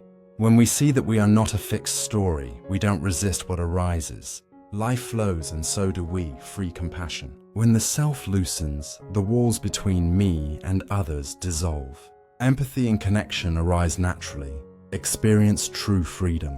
No longer bound by expectations, regrets, or fears, we can simply be. A story. The monk and the mirror. A monk once told his students, imagine holding a mirror in front of yourself every day. If you see dust, you clean it. If you see cracks, you mend it. But the mirror itself never judges or clings. It simply reflects. Your mind is like that mirror. Your self-story is the dust and cracks. Awareness, like the monk, simply observes. The moment you stop identifying with the dust, the mirror shines naturally. Letting go in relationships.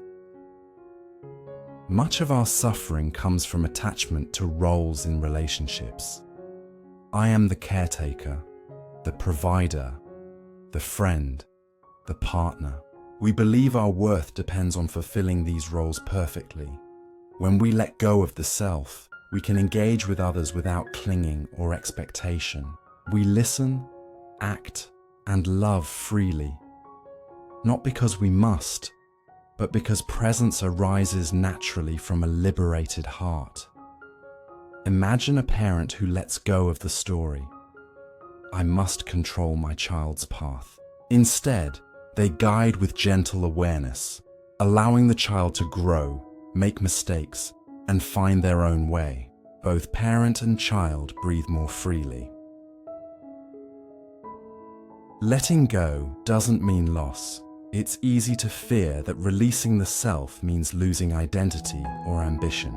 Not at all. Letting go simply shifts our relationship with our story. Instead of being enslaved by it, we hold it lightly. Like a kite in the sky, the wind may tug it in different directions, but the string is held with awareness, not grasping. We can still pursue goals, still cultivate talents, still love deeply. The difference is that our happiness no longer depends on clinging to outcomes. A simple practice. Observing the story. Here's a practice you can try today. Pause and notice a thought about yourself. I'm anxious. I am not enough, or I am this way. Label it as a story. This is my mind telling me a story again. Take a breath and observe. The thought arises, moves, and passes. You are the awareness that notices it. Repeat with curiosity. Over time, this builds the habit of witnessing without clinging. Even a few minutes a day gently loosens the grip of the self, revealing the peace that has always been there. A story. The river A river flows naturally. Sometimes it splashes over rocks. Sometimes it slows in a gentle bend. Yet the river never complains. It doesn't cling to the water it once held, nor resist the obstacles in its path. We are like the river. Letting go of the self allows life to flow through us without unnecessary friction. Challenges arise. They always do. But our mind becomes flexible, resilient, and at peace.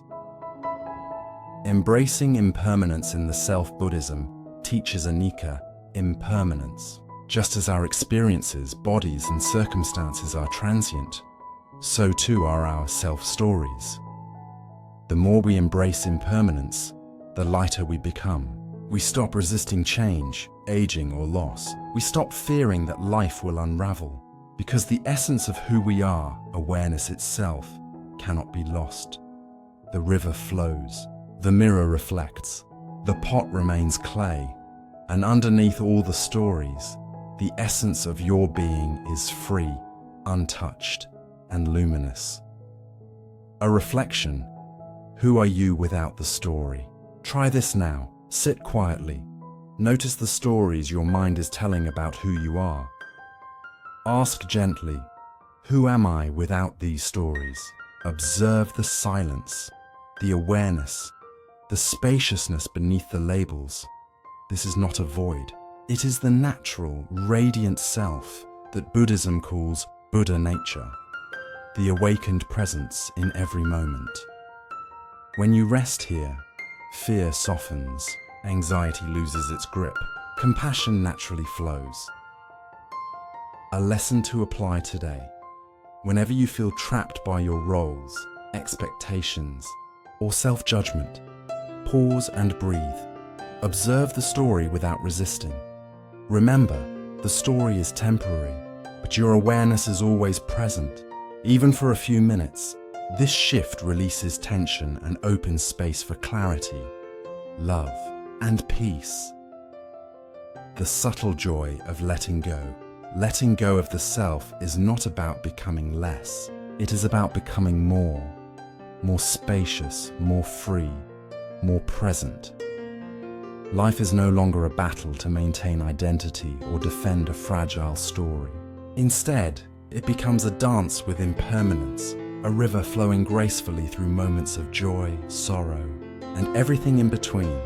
The stories of who we thought we were may arise and fall, but the essence of awareness remains, like the sun behind passing clouds. As we let go of the self, we naturally prepare for the next stage of awakening, trusting life completely, surrendering to the flow, and embracing the mystery of existence without grasping. The middle way, effort without struggle. Have you ever noticed how life often feels like a tug of war? On one side, we push ourselves, striving endlessly for success, recognition, or perfection. On the other, we feel the pull of exhaustion, doubt, or self-criticism. We are caught between wanting and resisting, effort and surrender. Buddhism offers a gentle yet profound guidance here. The middle way, a path of effort without struggle, of engagement without clinging, of living fully without being consumed by extremes. The story of two friends. Imagine two friends hiking a mountain. One climbs furiously, pushing through pain and fatigue, believing that only relentless effort will reach the summit. The other moves slowly, carefully, noticing each step and adjusting when necessary. Both reach the top, but the first arrives exhausted, tense and anxious. The second arrives alert, calm, and grateful. This story mirrors our daily lives. Striving too hard without awareness leads to burnout, anxiety, or disillusionment. Doing nothing, on the other hand, may feel safe but leaves potential untapped. The middle way is about finding balance, walking the path of effort with mindfulness and compassion, not tension. Understanding the middle way. The Buddha taught the middle way after experiencing both extremes, intense asceticism and indulgent pleasure. He realized that neither extreme brought freedom or clarity. Instead, liberation arises when effort is skillful, intentional, and guided by wisdom. In practical terms, the middle way means avoiding self-harm and self-indulgence. Don't push so hard that you break yourself. Don't numb yourself with distractions or avoidance. Cultivating awareness. Notice when your effort becomes struggle or your ease turns into laziness. Adjust without judgment, engaging life fully. Take action where needed, but remain flexible and present. In essence, the middle way is effort without struggle, moving forward with purpose, but without clinging or aversion. Everyday example. Work and rest. Consider a person working on a big project. They feel the pressure to perform perfectly. The mind races, the body tenses, and anxiety mounts. They push harder, sacrificing sleep, meals, and self-care. Here, effort has turned into struggle. The middle way invites a different approach. Set a clear intention. Focus on what truly matters in the task. Break the work into mindful steps. Notice progress without judgment. Allow rest. Take breaks. Nourish the body and mind. By working with awareness and care, the person moves efficiently, maintains joy and energy, and cultivates a sense of ease, effort without struggle. The middle way in relationships often show us extremes: attachment or aversion, control or avoidance. We either cling too tightly or withdraw completely. Both approaches cause suffering. The middle way in relationships means showing love and care without trying to possess or control, listening deeply without forcing agreement or dominance, offering support without overextending or neglecting yourself. Imagine a friend upset with you. The instinct might be to argue to prove yourself or retreat in fear. The middle way invites a third path. Acknowledge their feelings, express your truth calmly, and remain present. You engage without struggle, allowing both understanding and harmony to arise. A story. The bamboo and the wind bamboo bends with the wind. It does not resist storms, nor does it give up its root. By yielding, it survives the fiercest weather, while rigid trees break. We are like bamboo. Life presents challenges and opportunities, and the middle way teaches us to bend wisely. Effort is the root, the intentional action toward growth. Flexibility is the bending, the openness to change, uncertainty, and impermanence. Effort without struggle is not passive. It is alive, adaptive, and powerful. Letting go of extremes appear in many forms: perfectionism versus complacency, overworking, as avoidance, excessive control versus surrender. Middle way invites observation. Where am I clinging too tightly? Where am I resisting too much? What action aligns with awareness, not fear or craving? By answering these questions honestly, we find balance and skillful engagement. A simple practice. The balanced breath. Here is a practice you can try today to experience the middle way. Sit comfortably. Close your eyes and notice your breath. Breathe naturally. Don't force it, but don't let it become shallow. Notice extremes. Are you rushing, holding tension, or resisting the breath? Adjust gently. Find a rhythm that feels steady, alive, and relaxed. This simple practice mirrors life itself. Effort guided by awareness, action informed by ease, presence without struggle, letting life flow. The middle way teaches trust. We cannot control every outcome, but we can respond skillfully. Effort without struggle is not resignation, it is engaged presence, a flow that adapts to life's ever-changing currents. Consider the seasons. Spring blooms without force, summer ripens without rush, autumn releases without clinging, winter rests without struggle. Nature shows us the rhythm of the middle way, balanced, effortless, alive. The joy of the middle. Path walking the middle way brings subtle joy. Work becomes meaningful, not exhausting. Relationships become connected, not controlling. Life feels manageable even in uncertainty. When we release extremes, we discover the ease that was always there. Effort becomes aligned with wisdom. Action flows naturally, and our heart finds calm amidst the storms of life. A lesson to apply today. The next time you notice tension, striving, or resistance in your day, pause. Ask, am I in an extreme? Adjust your effort with awareness and care. Proceed, fully engaged, yet relaxed. Even small moments of middle way practice ripple out into clarity, peace, and resilience. A story to remember. The potter's wheel. A potter spins the wheel with gentle, consistent hands. Too much force and the clay collapses. Too little and it fails to form. The skill lies in balanced attention, mindful effort, and responsive guidance. Life is the same. The middle way is our skillful touch on the wheel of existence, consistent, aware, flexible, and gentle. Effort without struggle does not mean passivity, nor does it mean ignoring responsibility. It means engaging life fully with awareness without being trapped by extremes. It is a practice of skillful balance, a dance with life that honors both effort and ease.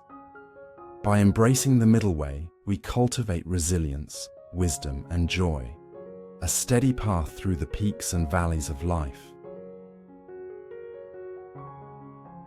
The present moment, the only place life exists. Have you ever noticed how much of life slips by while your mind is elsewhere? You may be driving to work, lost in worries about tomorrow, or reminiscing about yesterday, while the world unfolds right in front of you. The morning sun spilling gold across the trees, the warmth of a cup of tea, or the smile of a stranger. The present moment, this fleeting now, is the only place life truly exists. Everything else, regrets, anxieties, plans, is a story our mind tells us, not reality itself. Buddhism calls this mindfulness, awareness of the present, fully and gently. It's the art of being here, really here, without distraction, resistance, or clinging. And when we live in this way, life becomes vibrant, ordinary moments feel profound, and suffering often softens. A simple story. The child and the flower once. A child walked through a garden. She stopped at a single flower, crouched down, and stared at it with wide eyes. She smelled it, traced the curve of each petal, and giggled at the tiny insect exploring its center. Her father called her. "Come on, we're late." But the child did not budge. "Look at this flower. It's amazing," she exclaimed. In that moment, the child was fully alive. She was not thinking about where to go next or what she had missed. She was here, fully, tenderly, marveling at life. This is the present moment, accessible to all of us, but often overlooked in the rush of daily life. Why the present moment matters. Buddhism teaches that suffering arises from attachment and aversion. We cling to the past, wishing it were different, or grasp at the future, hoping for security, success, or happiness. Meanwhile, the present moment slips through our fingers.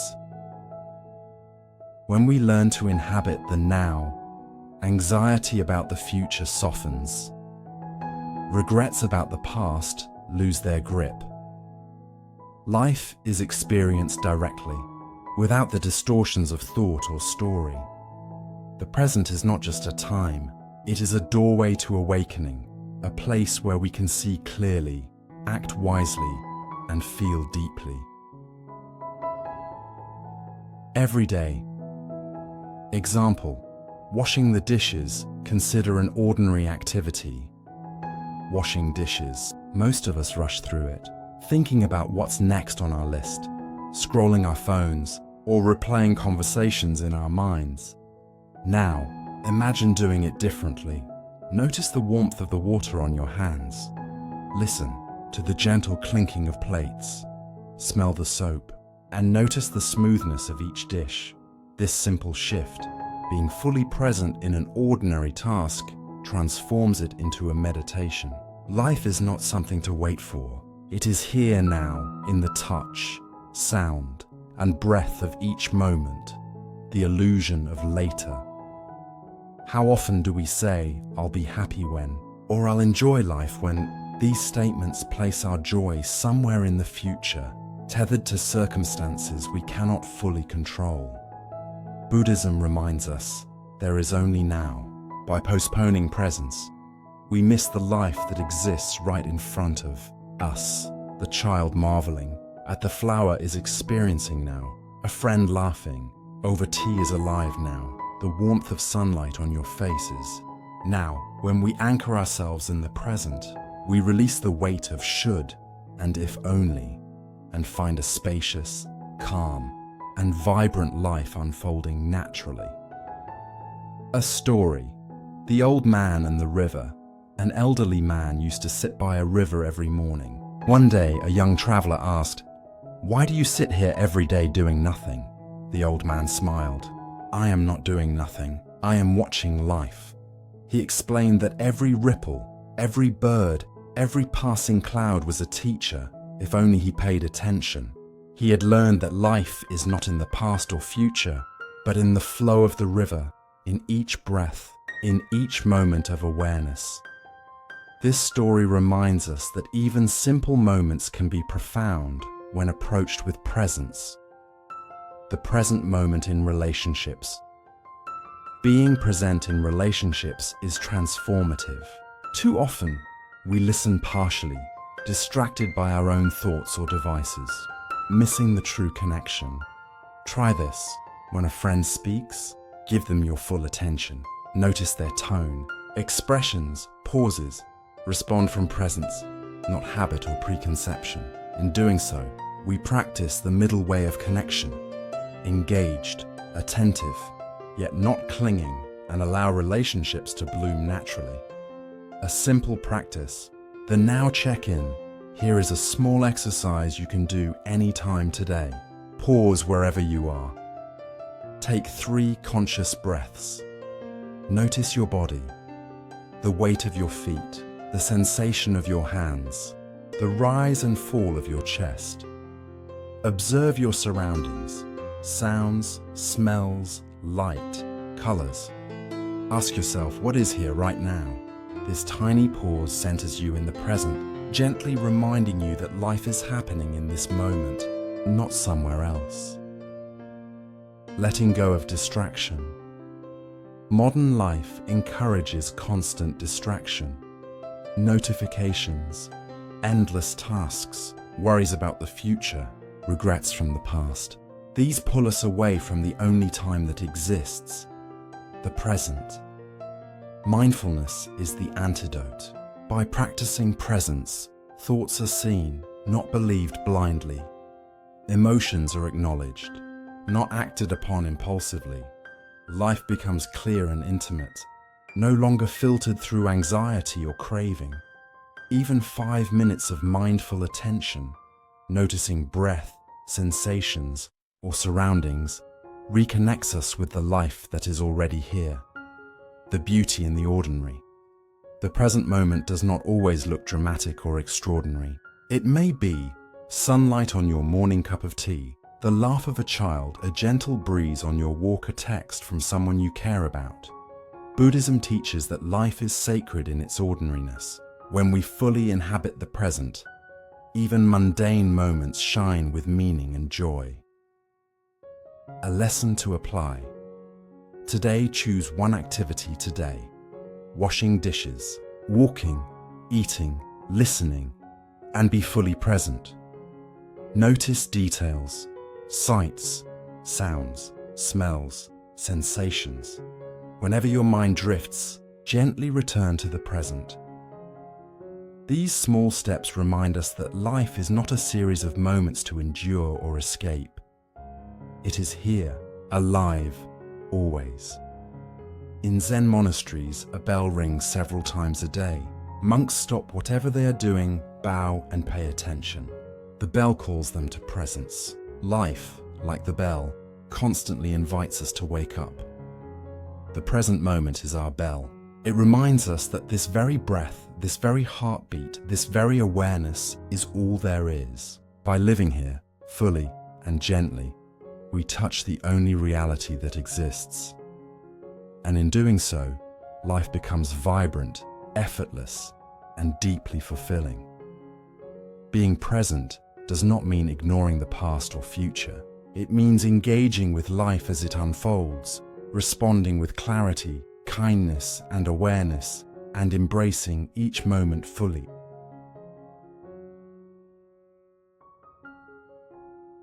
Whole cooperation with the inevitable life has a gentle yet relentless way of teaching us that some things cannot be changed.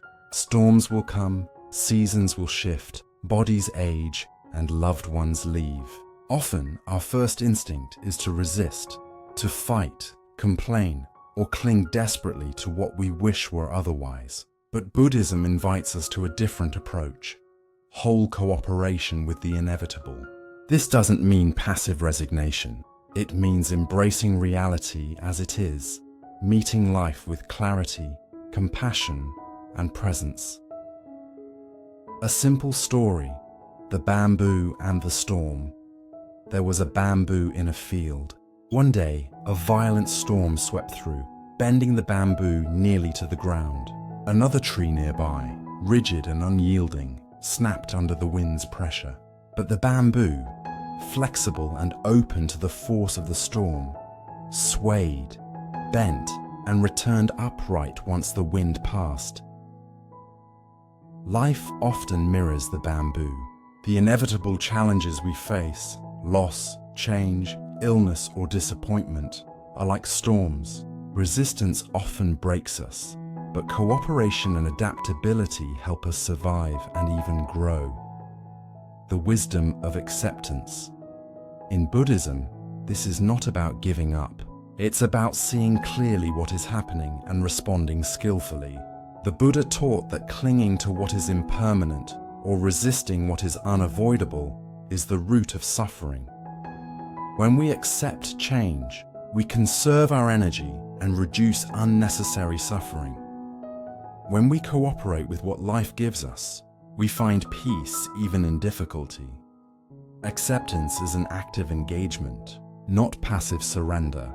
Consider the analogy of swimming in the ocean. Fighting against the current exhausts us. Flowing with it allows us to move gracefully, even when the water is strong.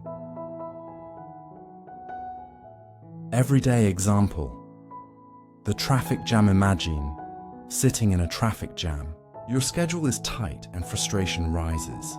You could clench your fists, curse, and stew in anger, resisting the situation. Or you could take a deep breath. Notice the sensations in your body, perhaps put on calming music, and accept that this is the moment you are in.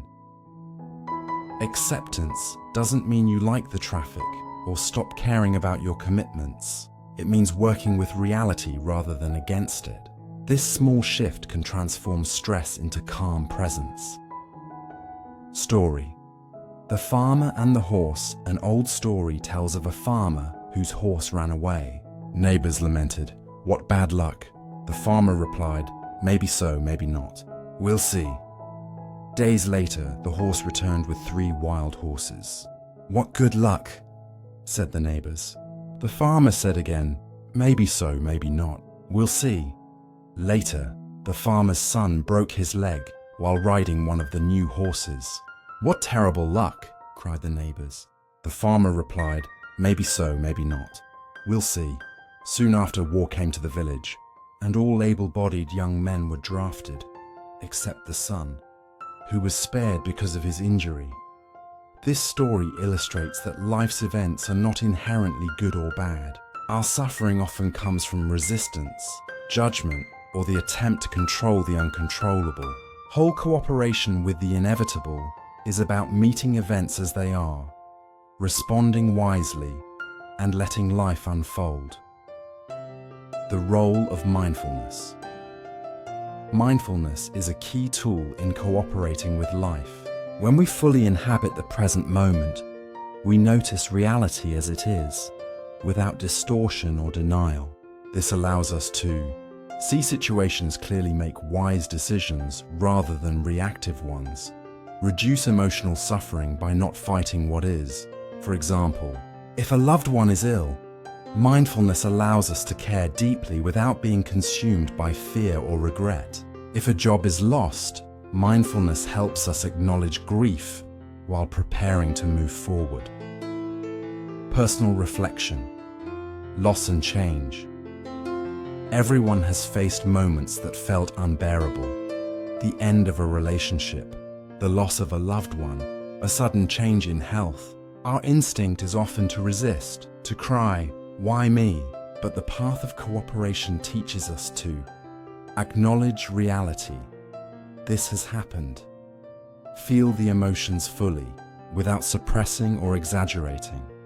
Respond skillfully. Take care of yourself. Seek support, adjust to circumstances. Acceptance is not surrendering to despair. It is opening to reality and moving forward with clarity and courage. Small daily practice. The "this is what is" check-in here is a simple practice to begin cooperating with the inevitable. Pause and notice something in your life that is uncomfortable or unchangeable. Say to yourself, quietly, "This is what is." Observe your emotional and physical reactions. Take one small, skillful action in response, perhaps a breath, a step, a conversation, without clinging or resisting. Over time, this practice trains the mind to flow with reality rather than constantly struggling against it. The beauty in letting life. Whole cooperation with the inevitable does not make life dull or passive. In fact, it opens the door to freedom, peace, and even joy, because we stop wasting energy on futile resistance. Like the bamboo in the storm, we remain flexible and resilient. We can find gratitude even in loss. We can see opportunity in challenges. We can cultivate compassion for ourselves and others, knowing that suffering touches everyone. Integrating wisdom into relationships, accepting what is inevitable, also transforms how we relate to others. People act according to their own conditions, and situations unfold beyond our control. By cooperating rather than resisting, arguments lose their intensity.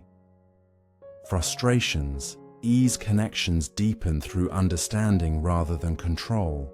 We begin to meet people and life with openness rather than rigidity, creating a space for harmony and wisdom to emerge. Final lesson for today. Whole cooperation with the inevitable is a practice you can start immediately. Identify one situation in your life you resist. Pause, breathe, and acknowledge it. Notice your reactions. Take one mindful, skillful action in alignment with reality. By practicing in small ways, you cultivate resilience, clarity, and peace. Life becomes less of a battle and more of a dance, moving gracefully with what arises. Closing reflection. The storms, changes, losses, and surprises of life are not obstacles to your happiness. They are teachers of presence, flexibility, and insight. When we stop resisting and begin cooperating fully, life flows with less suffering and more clarity. Just like the bamboo, we bend without breaking, sway without fear, and emerge stronger on the other side.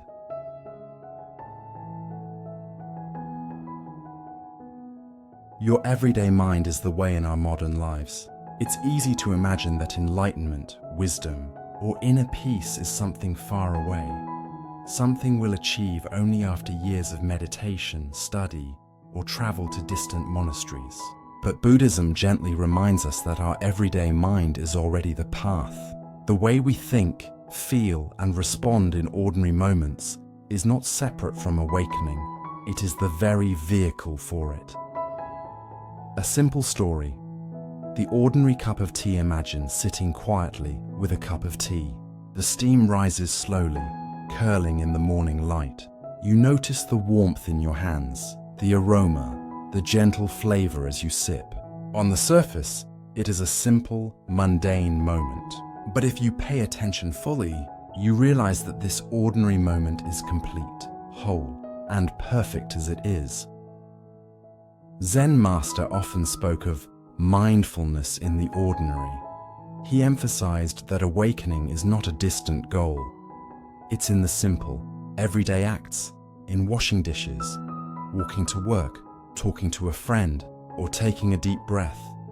The wisdom of the everyday mind. Our everyday mind, the mind we carry through routines, work, relationships, and challenges, is the place where insight can arise.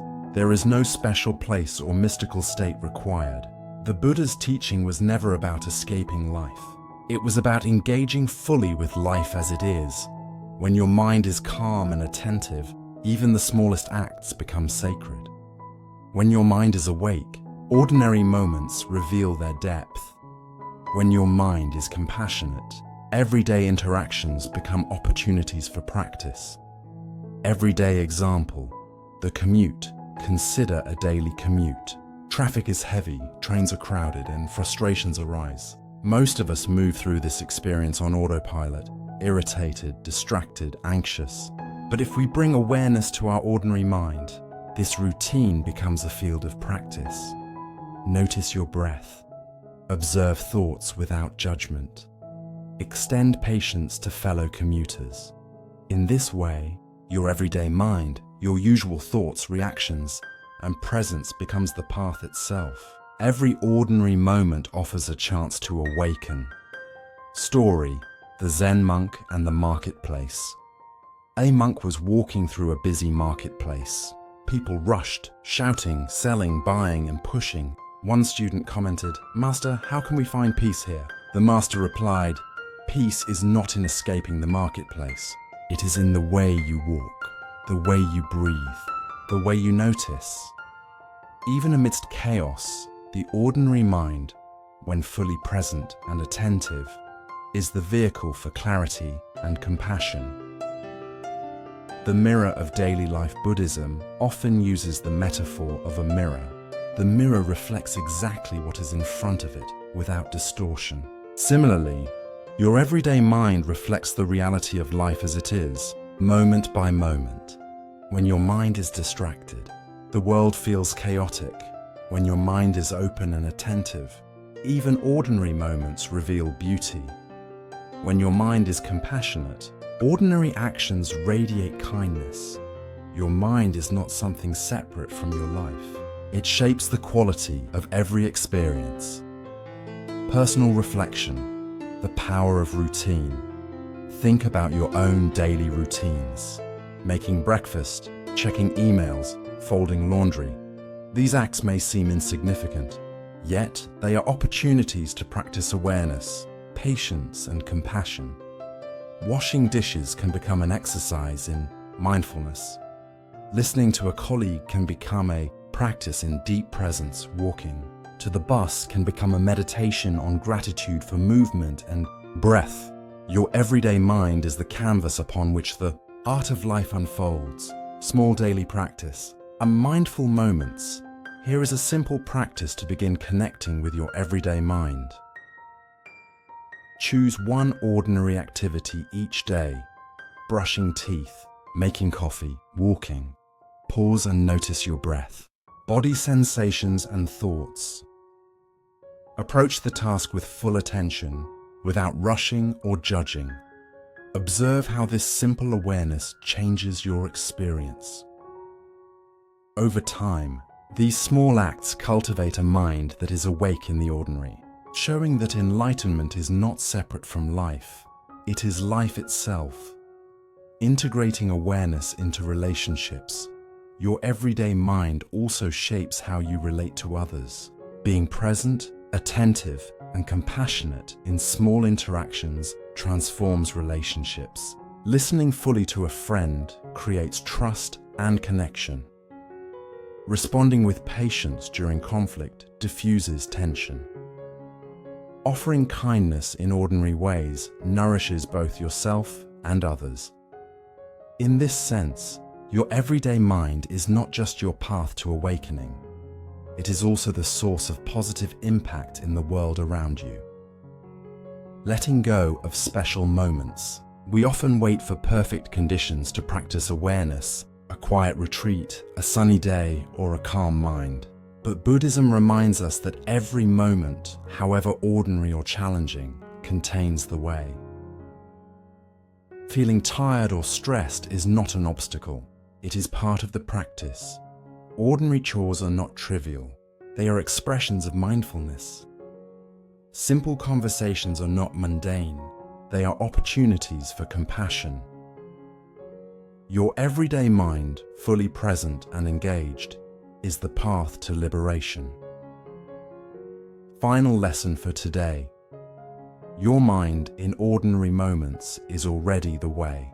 You do not need to chase rare experiences or extraordinary insights. Awareness, presence, and compassion in everyday life are sufficient and transformative. Practice today. Pick one routine activity. Approach it with full attention. Notice how the ordinary becomes extraordinary when you simply bring your mind to it fully. Closing. Reflection. Life is not a distant mountain to climb or a secret to discover. It is happening now, through your everyday mind. Every thought, every breath, every interaction is part of the path. By seeing your ordinary mind as the way, you awaken in each moment, uncovering the profound in the simple. In the end, the true path is not something to chase outside yourself. It is here, in your everyday mind, in the ordinary moments you often overlook. The laughter shared with a friend, the quiet of your morning cup of tea, the rhythm of your own breath. By recognizing that these small, seemingly mundane experiences contain the whole of practice, we discover that awakening is not a distant goal, but a living, breathing presence in every moment. With this understanding, we naturally begin to step into stillness, noticing the space between thoughts and the calm beneath the chatter, leading us gracefully into the next lesson on silence and stillness, the space where wisdom emerges. If you found value in this video, I invite you to spread positive energy, share to sow more seeds of peace with your friends and loved ones. Subscribe to journey together in exploring Buddhist wisdom and healing every day. Because happiness is not a personal matter, but a path we walk together.